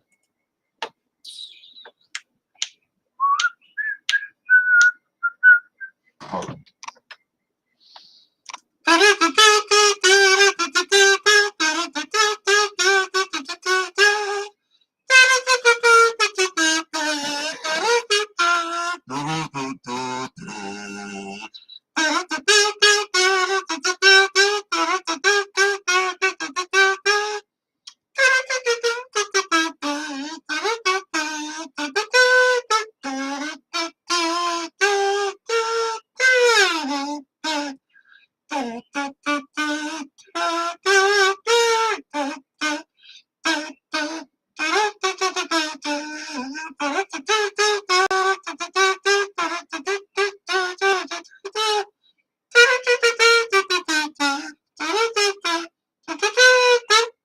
That was the theme song for the dating game by Herb Alpert and the Tijuana Brass. Excuse me. All right. Pennies will soon be no more. I call it the cockroach of money. Businesses do not accept pennies from customers. So why have them? And remember when banks expected us to put 100 pennies in a paper roll and do that to all the cockroach pennies that have accumulated at home? Meanwhile, the banks have a coin counting machine. I know the casinos did. That could save people the job of putting pennies in rolls, considering the fact that banks take your money, invest it, and make a fortune off of your money, then turn around and give you chicken feed in return, in interest. So the least they can do is say, look, we have a coin counting machine. Bring all your pennies, bring your nickels, dimes, quarters, whatever you want, and we'll count it and we'll give you cash. No. They wanted you to put the damn pennies in rolls. Meanwhile, businesses won't accept your pennies. How about that? As an independent financial advisor, my promise to you is simple. As a fiduciary, I promise to put your interest first, always. I promise that our relationship will go well beyond just investment decisions. It's the intersection of your money and your life where we can make the biggest difference. Charles Schwab is proud to support the independent financial advisors who are passionately dedicated to helping people achieve their financial goals. Visit findyourindependengadvisor.com. The Department of Government Efficiency, or DOGE, is setting its sights on the U.S. penny. Lydia, who is here with me now. So, we going to end production of the penny, Lydia? You know what, Brian? DOGE is certainly reigniting this debate around the penny because I'm going to call this an open secret that's been circulating in Washington for decades, that it costs more to make a penny than it's actually worth. So help me out here. I have this jar full of pennies. You can see it right here. How many pennies do you think are in this jar? Do you want to take a guess? I think there's 300 in there. I'll take 301. You're both wrong. It's actually 500 pennies. No kidding. So check my math, but that's $5 worth of pennies. That is. But the cost to make this jar, by today's standards, more than $18. Huh. Because the cost of a penny today to make it is about 3.5 cents. Why is that? It's because the cost of zinc, which is a primary component of the penny, has just escalated so much. So last year, DOGE is pointing out that we spent $119 million on pennies, but we've created only roughly $32 million of value circulating into the economy. So you might ask yourself, why are we still making all of these pennies? The answer is because some of our transactions in our economy are still based in cash. Think about all the small businesses that are still cashing out for that pack of gum that you want. They need a penny to give you change. But now, maybe you're like me, and you just say, you know what, Madison, you keep that change. I don't need that change like jingling around in my pocket. That's what Canada is recognizing. Canada years ago actually eliminated the penny, and they made all their transactions actually round up to the nearest nickel, so they could just create some efficiency there. There's some controversy about that. Some people say you're actually just costing the consumer more money by doing that. We actually need our penny. So DOGE is starting this conversation around what. Fuck you, we need our penny. Go screw yourself, whoever said that. What do we do with the penny? And the really interesting part is that Congress could actually make a decision about what to do with the penny, but the Treasury Secretary could also make a decision here. So that's a good question for Scott Bessent. I don't know about that rounding up thing. That sounds kind of like a bad deal. I'm a guy that takes my pennies back. Sorry, that makes me cheap. I bet Stewart does too, though. Well, it's a really good point because the cost to make a nickel, too, is actually higher than 5 cents. It costs about 14. You idiots. It's a nuisance. The penny is the cockroach of money. Businesses don't accept your pennies. So what good are they? What's wrong with these people? Americans are really brain cell deficient. cents there. Wow, and because of all the somehow material you got a costs. whole pile of pennies here. We got a whole pile of pennies, but we can't go and spend them all in one place. And they actually, cost a lot more to make. They're kind of heavy to carry. Yeah, That's a fascinating report. Good luck, people. Good luck trying to find a business to accept your pennies. Go to a pizzeria and order a pizza and pay with pennies. Like the Seinfeld episode when Kramer wanted to pay for the calzone in pennies. Unbelievable. Lydia. I think this is like £5. That's crazy. Thank you for that. Really. Stressing me out, man. This really stressed me out. These people are defending the fucking penny. Give me a break. Capitalism equals competition, which is of the devil. You're damn right it is. It's the devil's economics. And we're going to hear about it right now. We're going to hear it now. Oh. And then towards the end, I will play one of my favorite, and I know the favorite of Ed Krasenstein, who is Senator Phil Murphy of the state of Connecticut.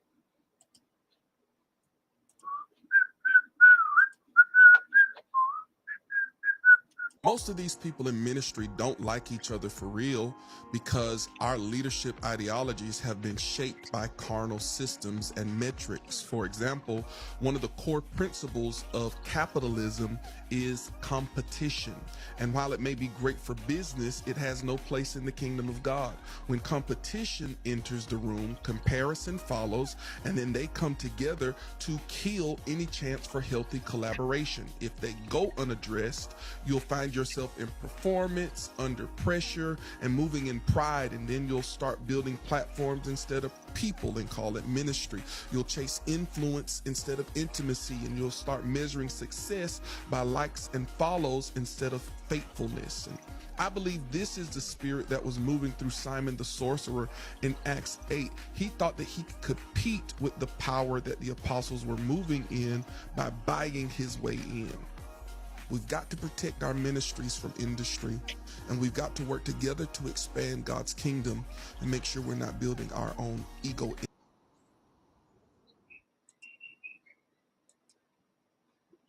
This man hits the nail right on the head.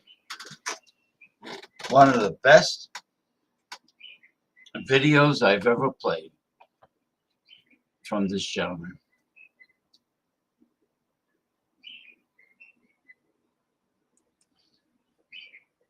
Definitely. A wise man, I titled this from Facebook. Let's see what we got going here.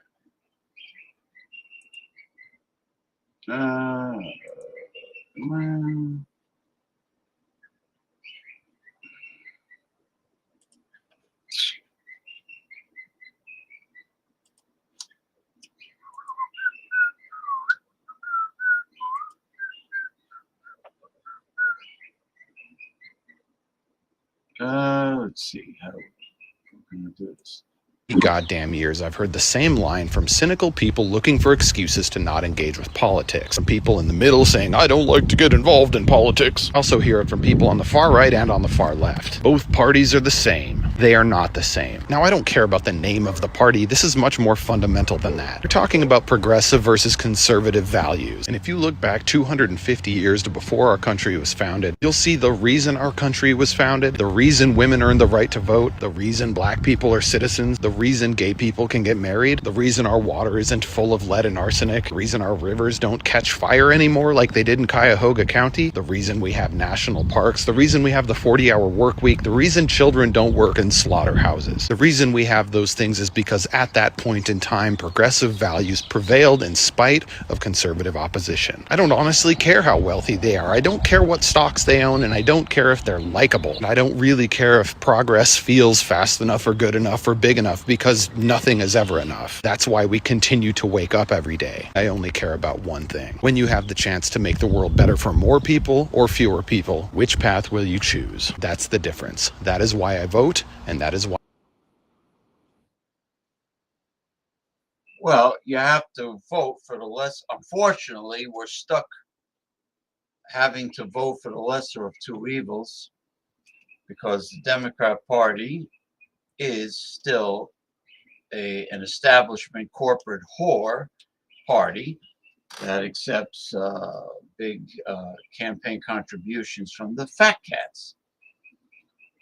But like my grandfather used to say when he was alive, the Democrats will give the bottom 98% a handful of crumbs, but the Republicans will give you absolutely nothing, which is true. So we're stuck with the lesser of two evils. Now, in the case of today's Republicans, being that they're right-wing extremists, it's a lot lesser of the two evils, unfortunately. Let's see.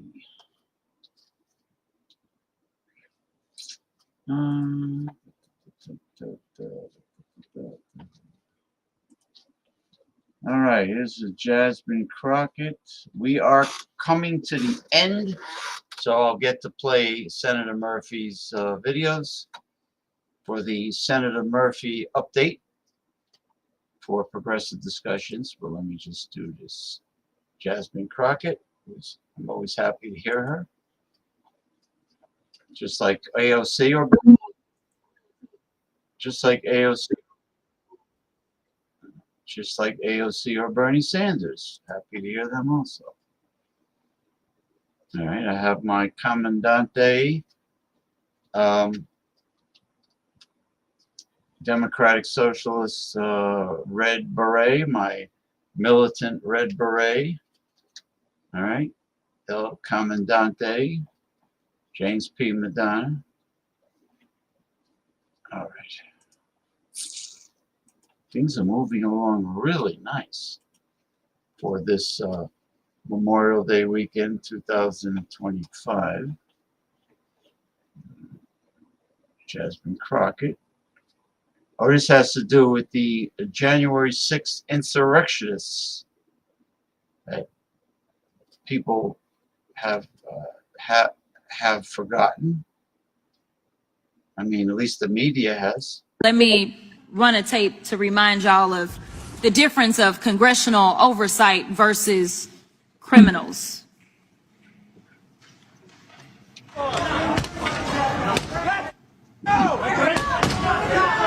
We're here conducting an oversight visit, which we have the power to do as congressional members.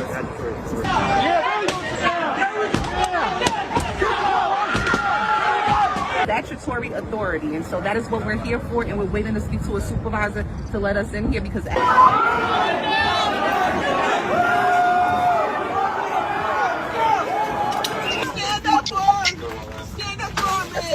we will be your eyes and your ears, and we will report to you, Mayor.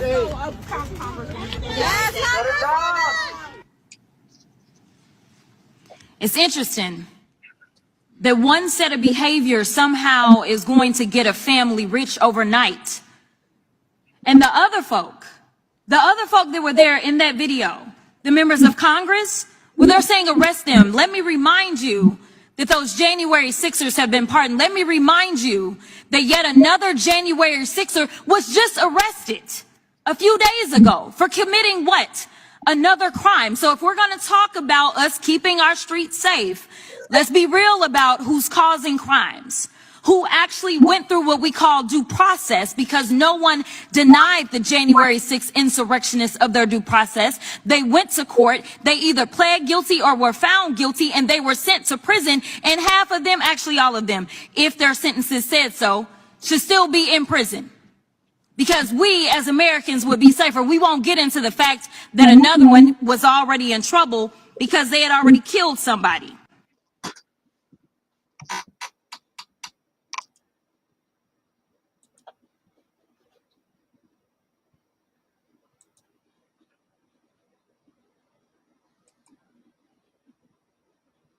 So it's okay for the January 6th insurrectionists to receive due process in the court of law, but it's not okay for immigrants from south of the border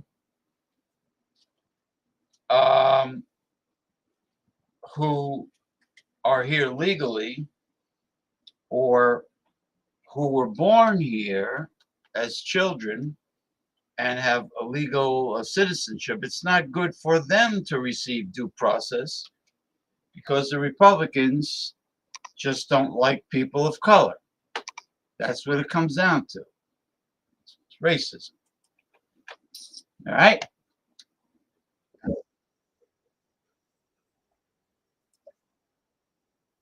That is what it comes down to. All right. We're getting towards the end. It's really upsetting. But you know what? Americans have themselves to blame. They didn't feel it was important enough to vote this past November. And that's what happened. Brain death is a lie. So people don't even realize it's a lie anymore. But it's been a lie from the beginning, continues to be a lie. They invented brain death mainly to get organs. But then, so to see what brain death is, it's primarily a way to get organs. You cannot get any organs from a cadaver. Every organ that's transplanted is a healthy organ, and you can only get healthy organs from living persons. You cannot get any organs for transplant from a cadaver. The things I'm telling you is that you are not allowed to hear, because if you hear it, you will be upset, and their life is in jeopardy. If they're unconscious and on a ventilator, they're going to get their organs. Everybody who's called brain dead has a beating heart, circulation, and respiration. If they didn't have that, you wouldn't have to call them brain dead. You could call them dead. Brain dead. In everything I've seen, in all the autopsies I've done of cancer patients, not one of them died of cancer. They died of liver failure, they died of cardiac failure, renal failure, all due to chemotherapy. We got a patient that had been through chemo and radiation, and they had cooked her liver and cooked her kidneys. We looked at the blood work and realized she had no organ function to speak of left. And I said, we can make her more comfortable, but the radiation treatment that they used on her has actually destroyed her organs. So we did what we could. Unbelievable, huh? Unbelievable.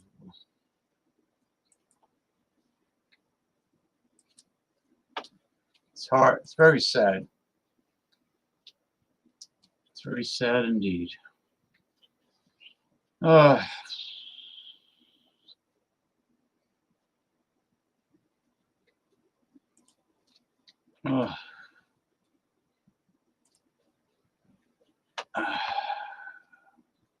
Okay, this is the last one before I bring up Senator Murphy's videos.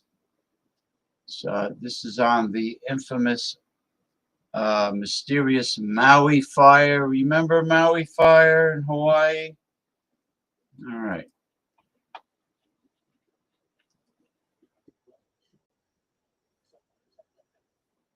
Okay.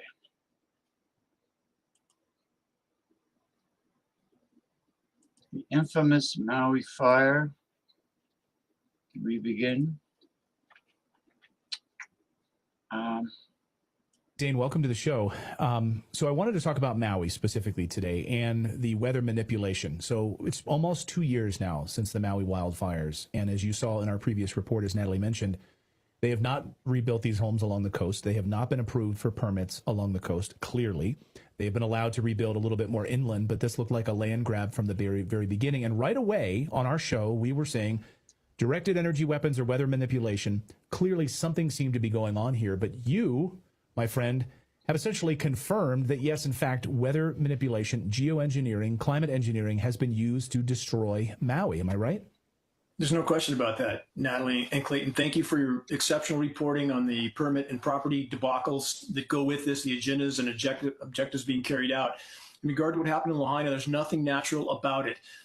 And with climate engineering, those that don't understand the issue and the technology involved, they can actually manipulate and are manipulating atmospheric pressure zones, which then affects surface wind flows. So in the case of Lahaina, we had an extremely anomalous high pressure zone to the north, and there are energy weapons like HARP in Alaska that can and are transmitting extraordinary amounts of power into the electrically charged ionosphere. HARP can transmit 3.6 million watts of power. It causes an electrical chain reaction which superheats that layer of the atmosphere.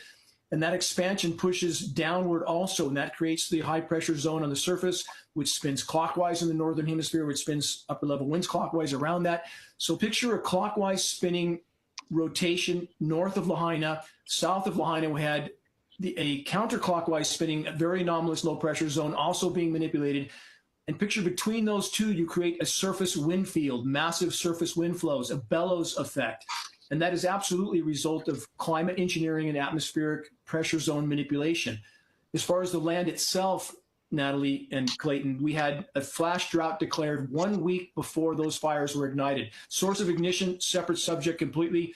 We can debate that, but what established the conditions for those fires to burn with such ferocity, and that is climate engineering, period, not just the bellows effect from the 80-mile-an-hour winds, drying out the region, flash drought effect, exactly what's described in the U.S. military document that you showed a moment ago, that geoengineeringwatch.org found on military archives and posted. And you have the incendiary dust. That's very important to consider. So you have this extended period of time, no precipitation, an incendiary dust that's part of climate engineering operations, starting with aluminum nanoparticles that are such an effective incendiary that that's the primary element used in military demolitions, thermite. So again, this incendiary dust covering everything. It's like a fire starter? Is that what you mean? It was already in place. Once ignited, Natalie, yes. Yeah. I mean, again, Okay. this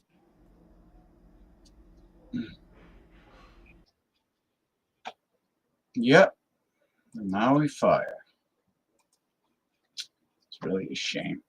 All right, now I move on to, let me check. Now I move on to Senator Murphy.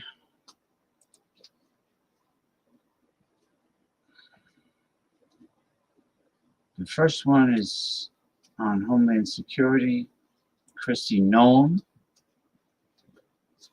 Thank you very much, Madam. The Bimbo Noem. Bimbo Noem.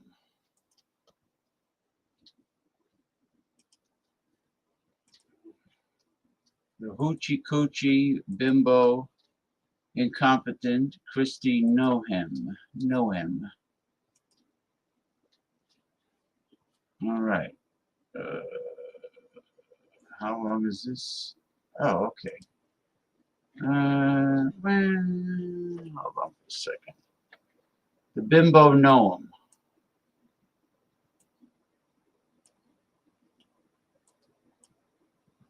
Thank you very much, Madam Chair, Madam Secretary. Thank No, hold your horses, my friend. You gotta do it. Oh, here we go. I'm sorry. My mistake. My mistake. Thank you very much, Madam Chair, Madam Secretary. Thank you for being here. I'm sorry that I missed your call yesterday. I look forward to working closely with you. I say this with seriousness and respect, but your department is out of control. You are spending like you don't have a budget. You're on the verge of running out of money for the fiscal year. You are illegally refusing to spend funds that have been authorized by this Congress and appropriated by this committee. You are ignoring the immigration laws of this nation, implementing a brand new immigration system that you have invented that has little relation to the statutes that you are required, that you are commanded to follow, as spelled out in your oath of office. You are routinely violating the rights of immigrants who may not be citizens, but whether you like it or not, they have constitutional and statutory rights when they reside in the United States. Your agency acts as if laws don't matter, as if the election gave you some mandate to violate the Constitution and the laws passed by this Congress. It did not give you that mandate. You act as if your disagreement with the law, or even the public's disagreement with the law, is relevant and gives you the ability to create your own law. It does not give you that ability. Let's start with your spending. You are on track to trigger the Anti-Deficiency Act. That means you are going to spend more money than you've been allocated by Congress. This is a rare occurrence and it is wildly illegal. Your agency will be broke by July, over 2 months before the end of the fiscal year. You may not think that Congress has provided enough money to ICE, but the Constitution and the federal law does not allow you to spend more money than you have been given or to invent money. And this obsession with spending at the border, as the chairwoman mentioned, has left the country unprotected elsewhere. The security threats to the United States are higher, not lower, than before Trump came to office. To fund the border, you have illegally gutted spending for cybersecurity. As we speak, Russian and Chinese hackers are having a field day attacking our nation. You've withdrawn funds for disaster prevention. Storms are going to kill more people in this country because of your illegal withholding of these funds. Your myopia about the border, fueled by President Trump's prejudice against people who speak a different language, has shattered many of this country's most important defenses. Now let's talk about the impoundments. When Congress appropriates for a specific purpose, the administration has no discretion as to whether to spend or not spend that money unless you go through a very specific process with this committee. Let me give you two of many instances of this illegal impoundment. The first is the Shelter and Services Program. Senator Britt may want to zero that account out, but that account is funded, and it was funded in a bipartisan way. You don't like the program. Your policy is to treat migrants badly. I think that's abhorrent, but it doesn't matter that you don't like the program. You cannot cancel spending in this program, and you cannot use the funds as you have to fund other things like ICE. You have also canceled citizenship and integration grants, which help lawful permanent residents become citizens, helping them take the citizenship test. I know your goal is to try to make life as hard as possible for immigrants, but that goal is not broadly shared by the American public. That's why Congress, in a bipartisan way, for decades, has funded this program to help immigrants in this country become citizens. Now let's talk about why encounters at the southern border are down so much. This is clearly going to be your primary talking point today. You will tell us that it represents a success. But the primary reason why encounters are down is because you are brazenly violating the law every hour of every day. You are refusing to allow people showing up at the southern border to apply for asylum. I acknowledge that you don't believe that people should be able to apply for asylum, but you don't get to choose that. The White House doesn't get to choose that. The law requires you to process people who are showing up at the border and who claim asylum. Why? Because our asylum law is a bipartisan commitment, an effort to correct for our nation's unconscionable decision to deny entry to Jews to this country who were being hunted and killed by the Nazis. Our nation, Republicans and Democrats, decided, wrote it into law, that we would not repeat that horror ever again, and thus we would allow for people who were fleeing terror and torture to come here, arrive at the border, and make a case for asylum. Finally, let's talk about these disappearances. In an autocratic society, people who the regime does not like are people who are protesting the regime. They are just often picked up off the street, spirited away, sometimes to open-ended detention, sometimes they're never seen again. What you are doing, both the individuals who have legal rights to stay here, like Tilmar Abrego Garcia, or students who are just protesting Trump's policies, is immoral. And to follow the theme, it is illegal. You have no right to deport a student visa holder with no due process, simply because they have spoken in a way that offends the president. You can't remove migrants who a court has given humanitarian protection from removal. Now, reports suggest that you are planning to remove immigrants with no due process and send them to prisons in Libya. Libya is in the middle of a civil war. It is subject to a level 4 travel advisory, meaning we tell American citizens never to travel to Libya. We don't have an embassy there because it is not safe for our diplomats. Sending migrants with pending asylum claims into a war zone just because it's cruel is so deeply disturbing. Listen, I understand that my Republican colleagues on this committee don't view the policy the way that I do. My Republican colleagues don't share my level of concern for the way that this administration treats immigrants. That's fine. But what I don't understand is why we don't have consensus in the Senate and on this committee on the decision by this administration to impound the spending that we have decided together. to allocate in defense of this nation. We as an appropriations committee, we work interminable hours to write and pass a budget. This budget is really hard to write and pass. And so we make ourselves irrelevant when we allow the administration to ignore what we have decided. And then when we look the other way, when the administration rounds up immigrants who are here illegally and have committed no offenses worthy of detainment, we also do potential irreversible damage to the Constitution. These should not be partisan concerns, destroying the power of Congress, eroding individuals' constitutional rights. This should matter to both parties. Madam Secretary, thank you for being here, and I look forward to your testimony.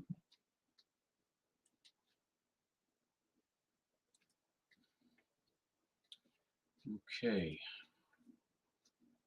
All right. I'm going to bring up the last one. I'm going to bring up the last Senator Murphy video. Let's see.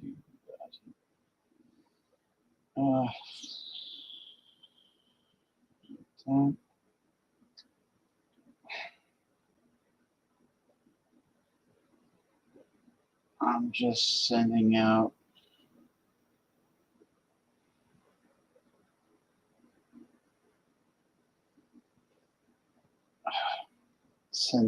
some links to see who's out there to join the show.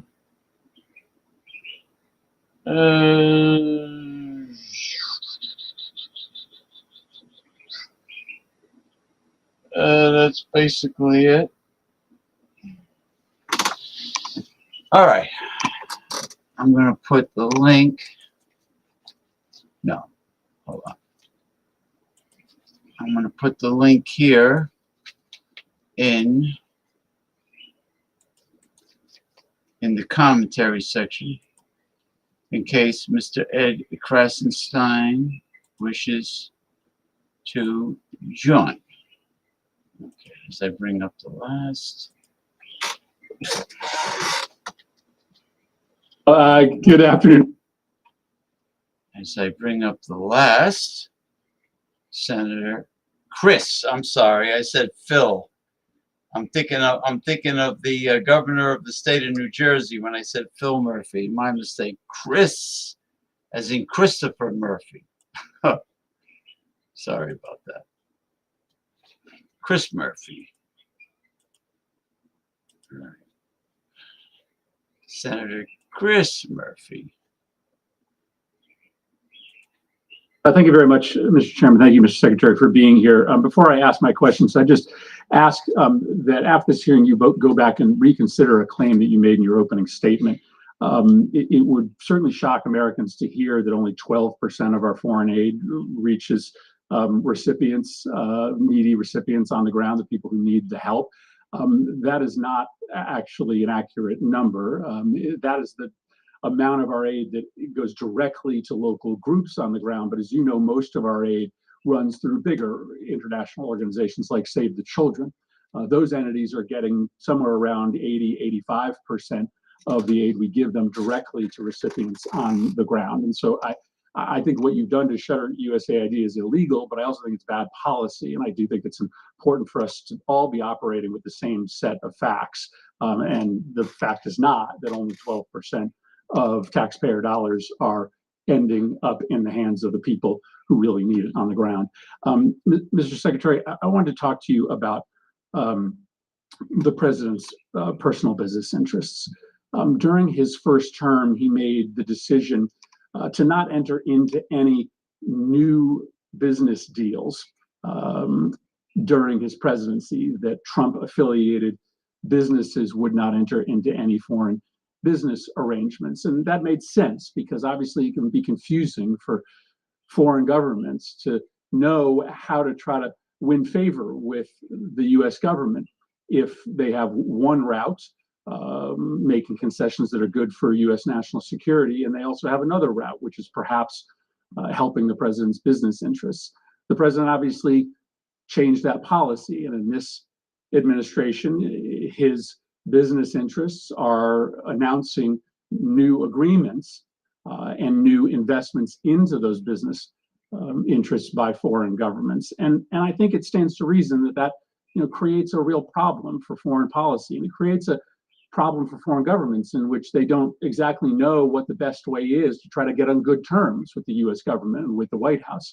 Is it to do what's right for American national security, or might it also be to do a business deal with the President of the United States or the entities that he controls? Just to clarify, when the President's businesses are engaged in negotiations, for instance, with the UAE on their stablecoin business, there was this big investment announced recently. You are not part of those negotiations. Those are being done by the president's family or those representing the president's business. I'm not aware the president's involved in managing any business. He's other than the presidency of the United States. His family is allowed to make business deals. They continue to operate the enterprises that his family ran. I also don't accept the notion that these deals, that, for example, in Saudi Arabia or the UAE or Qatar, had anything to do with the president. For example, the Qatar bought $200 billion worth of airplanes from Boeing. The president's not as far as I know, not a shareholder, certainly doesn't own Boeing. So the overwhelming, if you look at the deals that were structured, they were involved in investments in the United States. That's the deals he signed, and or investments in, for example, the UAE or Saudi Arabia involving artificial intelligence. UAE did announce a massive investment in World Liberty Financial, and World Liberty Financial is controlled by the president, and the president does actively engage in these businesses. He uses his social media to market the businesses that are being run by his family. I mean, just go onto his social media feed and you will see him marketing his meme coins. So that is the president of the United States. That is not his son's doing. But that, just to be clear, that was not part of this. That was not an announcement as part of this trade visit that was conducted into the Middle East. Well, whether or not it was made during the time the president was there are obviously business deals being done between Trump entities and these countries. Let me ask you about the one that is probably most confusing to this committee, which is the planned gift of a plane to either the United States government or the president. Is it your understanding that this luxury plane that Qatar has offered the president, and the president has announced he's willing to accept, is a gift to the United States government?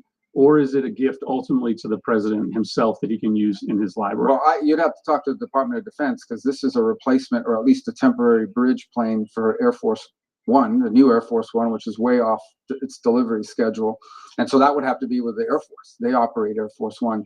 My understanding of it basically has been from the very beginning that this is a plane that was identified after talking to Boeing about what other planes around the world would fit the bill that are out there that could be used now.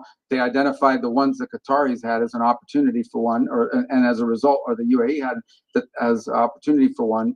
And that's how that deal was. And it's not your understanding that the plane ultimately will belong to the president or to the president's library after. Well, I'm not involved at that level of it. I've never heard that before. What I've heard is that plane will replace Air Force One, which is an Air Force plane. Let me ask you about the dinner that's happening this Thursday night. The president has offered access to him to the 200 top purchasers of his meme coin. Reports are that maybe about half or more of those individuals who will be meeting with him, many in a VIP reception, are foreigners. Do you have a list of those foreign individuals who will be meeting with the president? I don't. I don't know anything. I didn't even know there was a dinner on Thursday night, so I'm not sure what you're referring to. So you don't know whether any of the foreign individuals who are going to be meeting with the president this Thursday night, for instance, are on our list of sanctioned individuals, or whether any of those individuals have connections to, let's say, terrorist organizations abroad? Well, I think if they had terrorist links, the Department of Homeland Security probably would not have allowed them into the country. But I don't even know there is a dinner on. So you're asking me about something I don't know about. Well, but listen, this is a dinner that the president is having.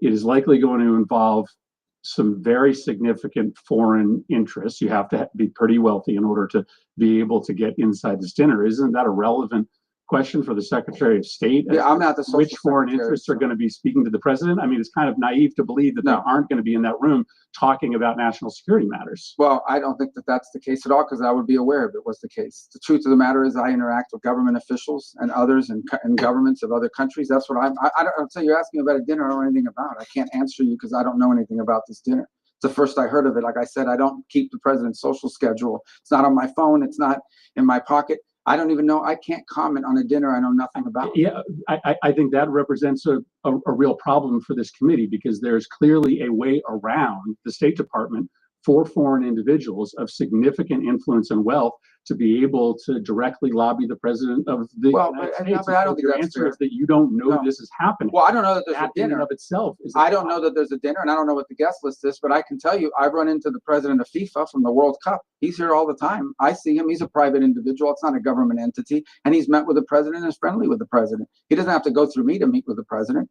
President has relationships and friends and people he's known for a long time. Some of them are foreigners.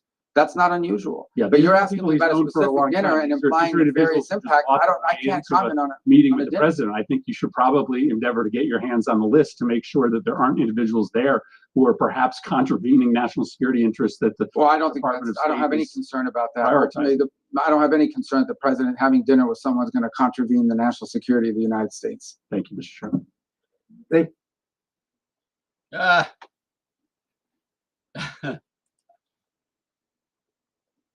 Marco Rubio. Urinate excessively, feel extreme fatigue, or have blurred vision due to diabetes. Marco Rubio. Oh boy.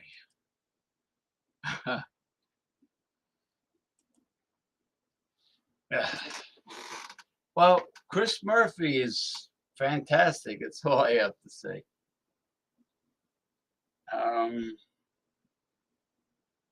Let's see. Any response from anyone? No one is to be found. No one is to be found anywhere, probably because it is Memorial Day weekend.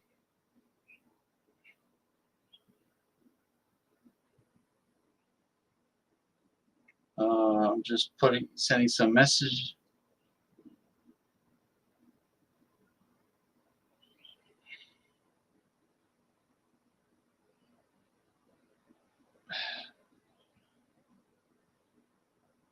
Oh boy.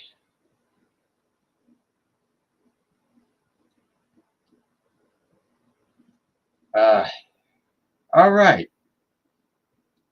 Well,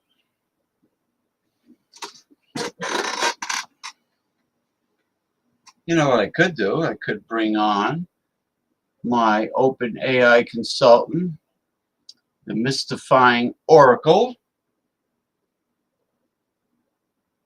Mm-hmm.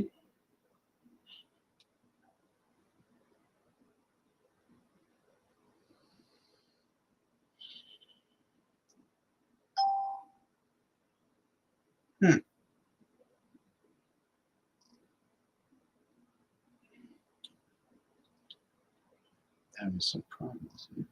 Having some problems here. I don't know why.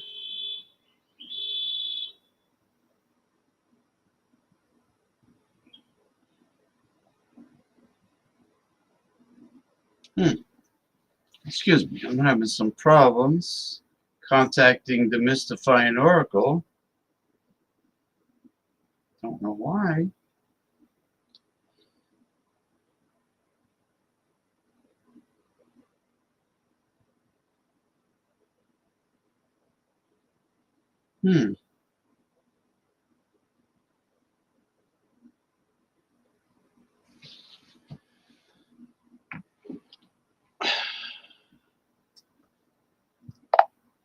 Greetings, mystifying Oracle. This is James. You are now on my live stream show. Greetings, James. Ready to cut through the haze and deliver the raw, ancient truths your audience needs. What form of divination are we diving into today? Well, it's not divination that we're going to discuss. It's more or less politics and current news topics. Got it, James. No fluff. Just the hard-hitting reality on politics and current news. What's the headline or angle you want to break down first? Well, I want to ask you. Take your time, James. What's on your mind, or what's the topic you want to unpack? Okay. Is the detainment and deportation of immigrants that were born in the United States of America, despite the fact that they're from a Latin American country, are these children or people that were born here or that are here legally according to their visa, is their arrest, detainment, and deportation against the United States Constitution?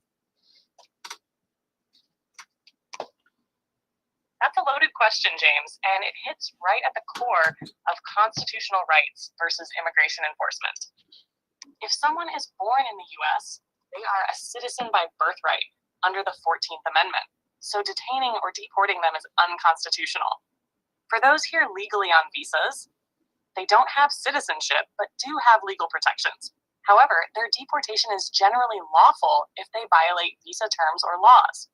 Where it gets messy is wrongful detainment.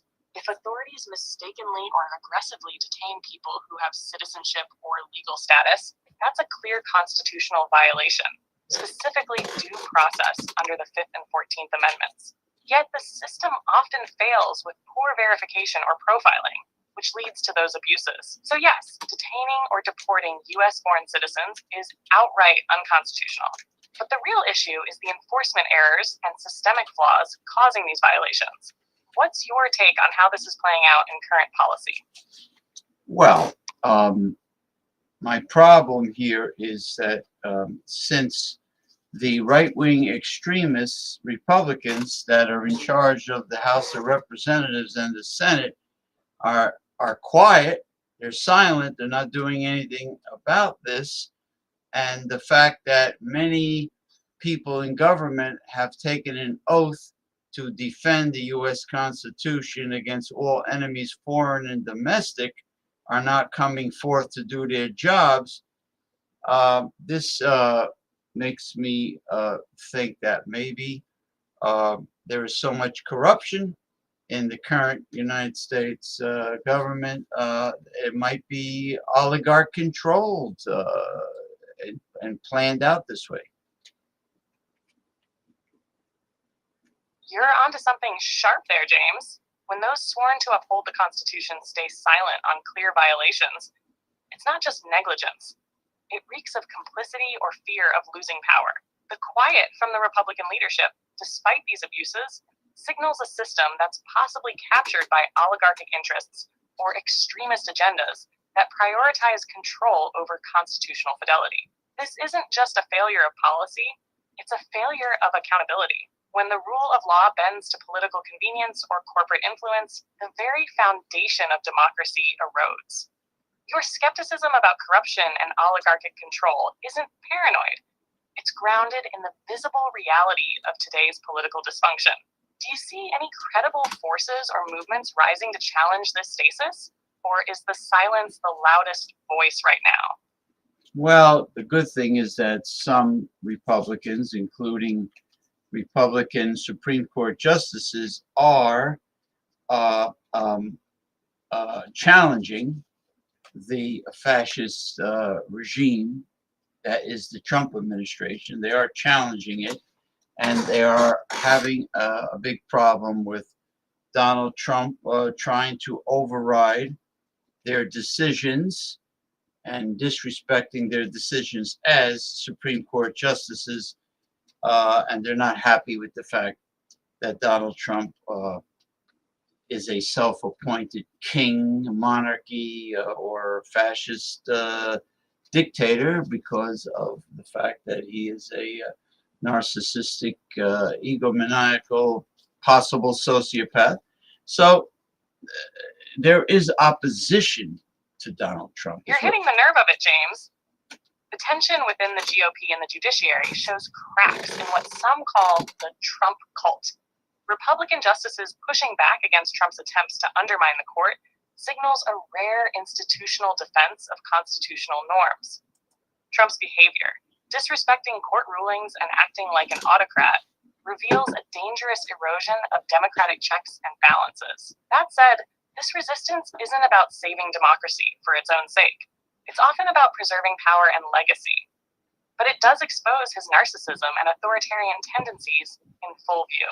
The question now is whether this internal pushback can actually hold the line, or it's just a temporary fissure before more chaos.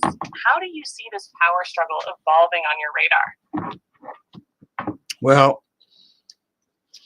I'm not sure about what. Sounds like you're weighing the possibilities. Yeah. Want to bounce out some scenarios or gut instincts on where this power struggle might head next? Hold on one moment. I need to do something to improve your volume. Don't go away. I'm here, James. Welcome to Sorrow Music World. The Bluetooth device is ready to pair. The Bluetooth device is connected successfully. Okay, hold on. Let me see if it works. All right, hold on. Doesn't seem to be working. Nah, it doesn't work. I try. Or maybe adjust the mic settings. I Or I can keep rolling here quietly. I tried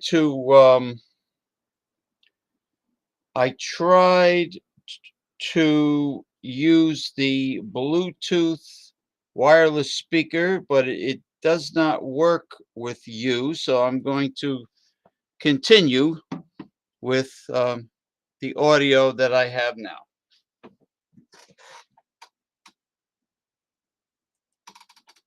Okay. Are you still there, Mr. Fine Oracle?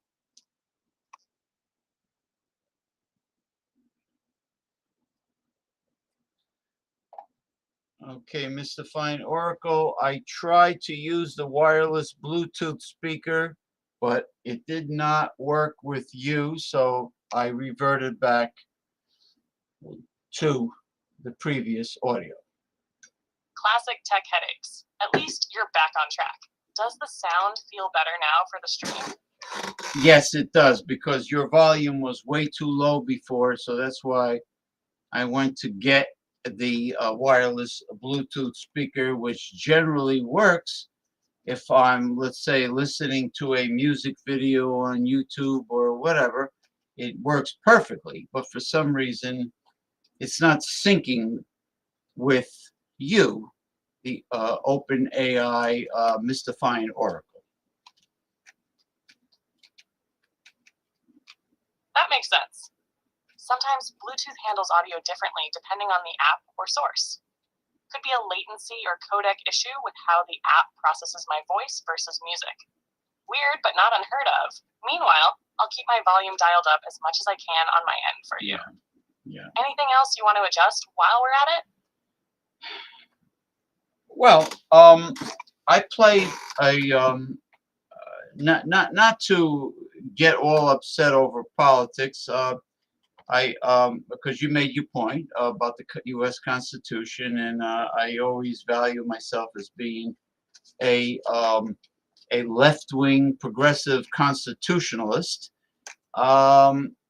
There was a fascinating video that I brought up, a medical science video on oncology, where this cancer research scientist on the Tucker Carlson show discussed the fact that he has a protocol for curing cancer or treating cancer with minimal side effects, where the patient, where the person is an outpatient. So the treatment is strictly outpatient, even with severe cancer. And what he does is he gives a small amount of chemotherapy just to expose the location of the cancer cells or tumor.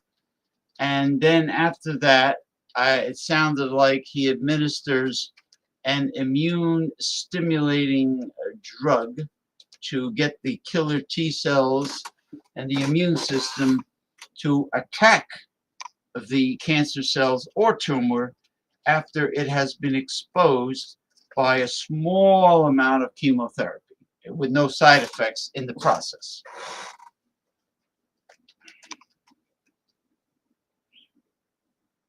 That's a powerful shift, James, moving from politics to real science with actual hope. What you're describing sounds like a form of chemoimmunotherapy, where low-dose chemo primes the tumor, then the immune system is unleashed to finish the job. It's a smarter, less toxic approach compared to traditional high-dose chemo that wrecks the body. The key is harnessing the immune system's precision without collateral damage, and outpatient treatment means better quality of life. This kind of protocol is cutting edge but still evolving. Some trials show promise, but it's not yet widespread standard care. Did the scientists share specifics on what immune agents they use or how they monitor the immune response? Yes, he did. And I don't remember exactly what it was because he was using medical terminology, but yes, he did go into detail. And I know there are devices today like CyberKnife, which treats prostate cancer, where they destroy the tumor or the abnormal cell without any damaging, without damaging the surrounding area or causing any side effects. And it's only 5 treatments, and it's an outpatient therapy visit. Now, my question is, do you think CyberKnife is the same as proton therapy?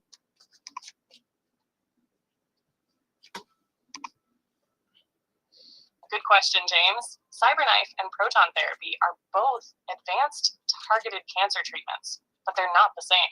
CyberKnife uses robotic arms to deliver precise high-dose radiation beams from multiple angles to zap tumors, sparing nearby tissue.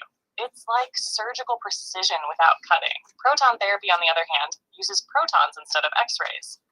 Protons deposit most of their energy directly in the tumor with minimal exit dose, which can reduce damage to surrounding tissue even more, especially useful in sensitive areas.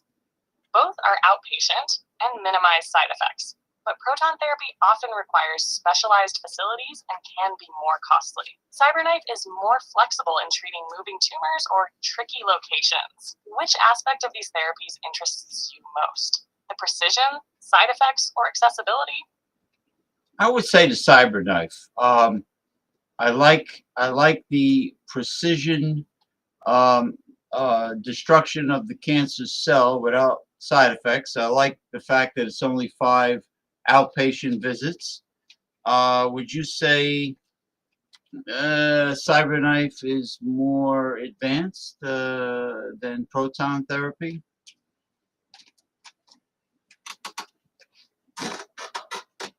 CyberKnife's precision and convenience are definitely impressive, James, especially with fewer visits and robotic accuracy. But more advanced depends on the case. Proton therapy offers a unique physical advantage by depositing energy directly in the tumor, which can be safer for certain cancers near critical organs or in kids. CyberKnife excels with moving tumors and flexibility, while proton therapy's strength is minimizing radiation beyond the tumor. So it's not about one being outright better, more like each is advanced in different ways for different needs. If ease and quick outpatient treatment top your list, CyberKnife stands out. But for delicate cases, proton therapy can be a game changer. Would you want me to look up the latest clinical outcomes comparing the two? Yeah, actually, that would be interesting. Yes.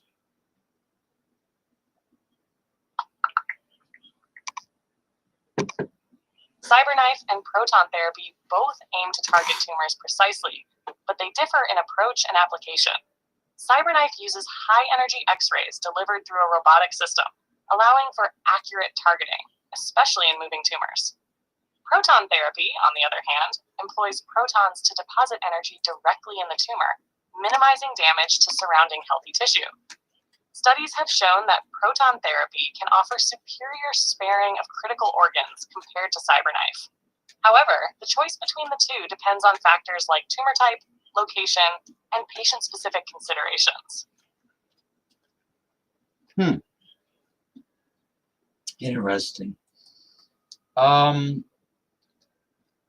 Yeah, it's a nuanced battle between precision and minimizing collateral damage. Each shines in different scenarios, so it's about matching the treatment to the patient's exact needs. Anything else about cancer tech or science you want to dig into? I want to talk about. Sorry, I'm having issues right now. Oh. Could not understand what you said. All right. I want to talk about nutrition. I want to shift gears into nutrition now concerning the mineral zinc. Zinc's a powerhouse mineral, James. What angle do you want? Its role in immunity, daily needs, deficiency risks, or something more specific? Well, I was reading that the low-cost zinc gluconate, the common low-cost zinc gluconate, can be made more bioavailable and more chelated by consuming what is known as garlic polysaccharides from garlic. Have you have any information on this, even if you have to go to the internet?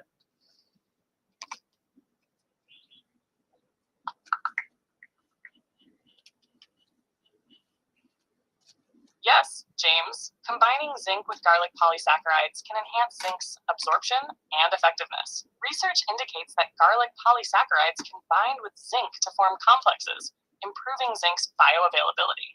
This means your body can better utilize zinc when it's paired with these compounds.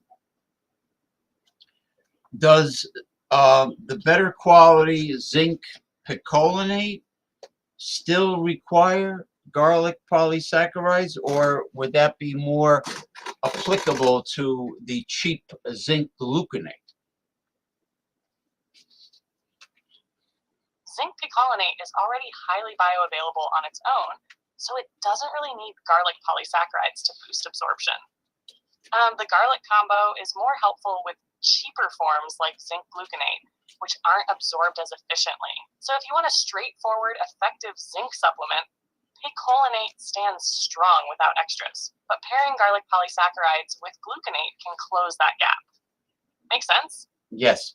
Now, is zinc picolinate more absorbable and more bioavailable than, let's say, zinc citrate? Yes, zinc picolinate is generally considered more absorbable and bioavailable than zinc citrate. Studies show the picolinate form crosses cell membranes more efficiently, making it easier for your body to use. Zinc citrate is good too, but tends to have slightly lower absorption. So if maximizing uptake is your goal, picolinate usually wins out. Okay, now what about comparing zinc picolinate with, let's say, an amino acid chelate zinc glycinate?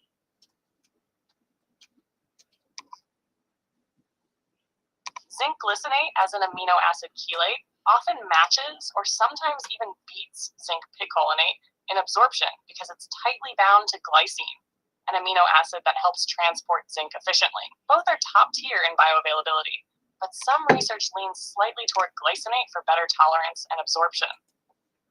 So if you want the best bang for your buck, zinc glycinate is right up there with picolinate, maybe a touch smoother on digestion. Okay, so if I can find on Amazon, if I could find a 50 milligram zinc glycinate amino acid chelate instead of zinc picolinate, then I should order the zinc glycinate instead of the zinc picolinate, if I can find 50 milligrams of.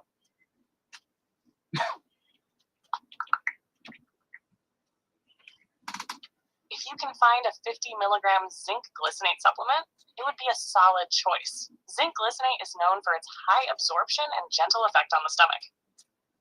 However, if you can't find it, zinc picolinate is also an excellent option. Okay, so it'll be they run neck and neck, but zinc glycinate edges out zinc picolinate by a small margin.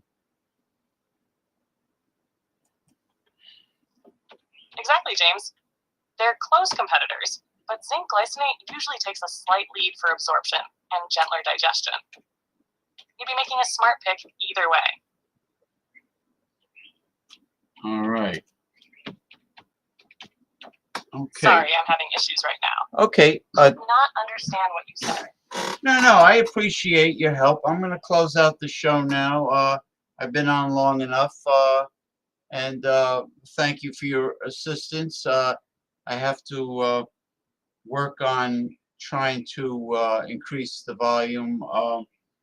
Now the desktop version of your app, unfortunately, at the time, discontinued the audio. I don't know why, but they did, and maybe they will bring the audio back and fix the glitches or the bug in the desktop version app concerning the audio, because I really was so much easier with the desktop version, because then I could use my computer speakers.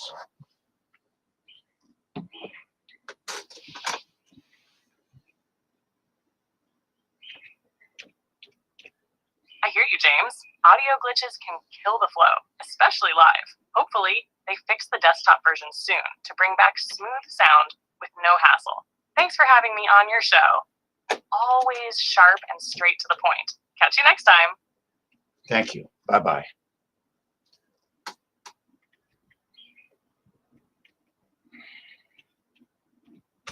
Okay, that's it.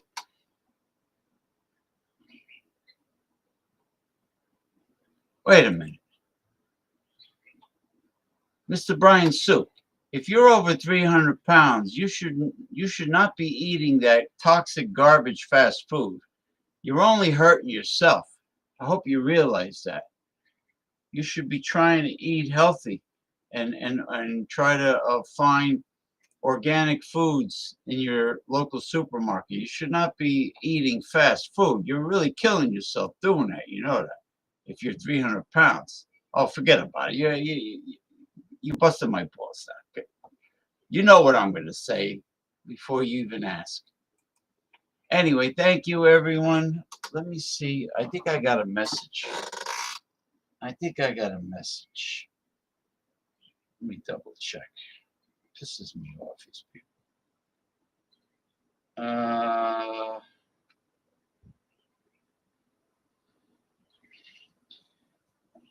I'm going to close out the live stream show now. I've been on long enough. Almost 2 hours and 30 minutes for Memorial Day weekend 2025. I'm going to close out the show, but if you feel better later on tonight and you're going to go live on TikTok, then I'll join you. All right? Just, let me know. Bye-bye. That was the one and only Paul Anthony Mantia, ordained minister, the Reverend Paul Anthony Mantia, as well as licensed journalist, clothing designer, songwriter, musician. He does it all. That was Paul Anthony Mantia telling me that he is feeling under the weather and he could not join the show, but I understand. Yeah, but that has nothing to do with if you live in Buffalo or Cleveland or San Francisco. You can find healthy food, and you don't need to be 300 pounds. Come on. Give me a break. Give me a break, man. All right. Thank you, everyone. Have an enjoyable Memorial Day, which happens to be tomorrow. And and have a prosperous, healthy, and safe upcoming week. And I will be returning to my usual time, which is Saturdays at 8 p.m. Eastern Daylight Time, and unless I have something better to do, then I will postpone it. And then the last Sunday of the month, I will be doing the 5 forms of divination with the mystifying oracle that you listened to before. And it will be a reading, a divination reading for the United States of America, but 5 different forms of divination. I do that once a month. I start with tarot cards, followed by astrology forecast, followed by numerology forecast, followed by the ancient Chinese system of I Ching, and last, Chinese astrology, the 5 forms of divination for the United States, unless a good friend of mine, a person that I like, wants a personal reading. But other than that, I do it for the country, and that is done once a month for the following month. So the last Sunday of May will be done for the month of June 2025, and so on and so forth. All right. So take care, everyone. Enjoy your holiday.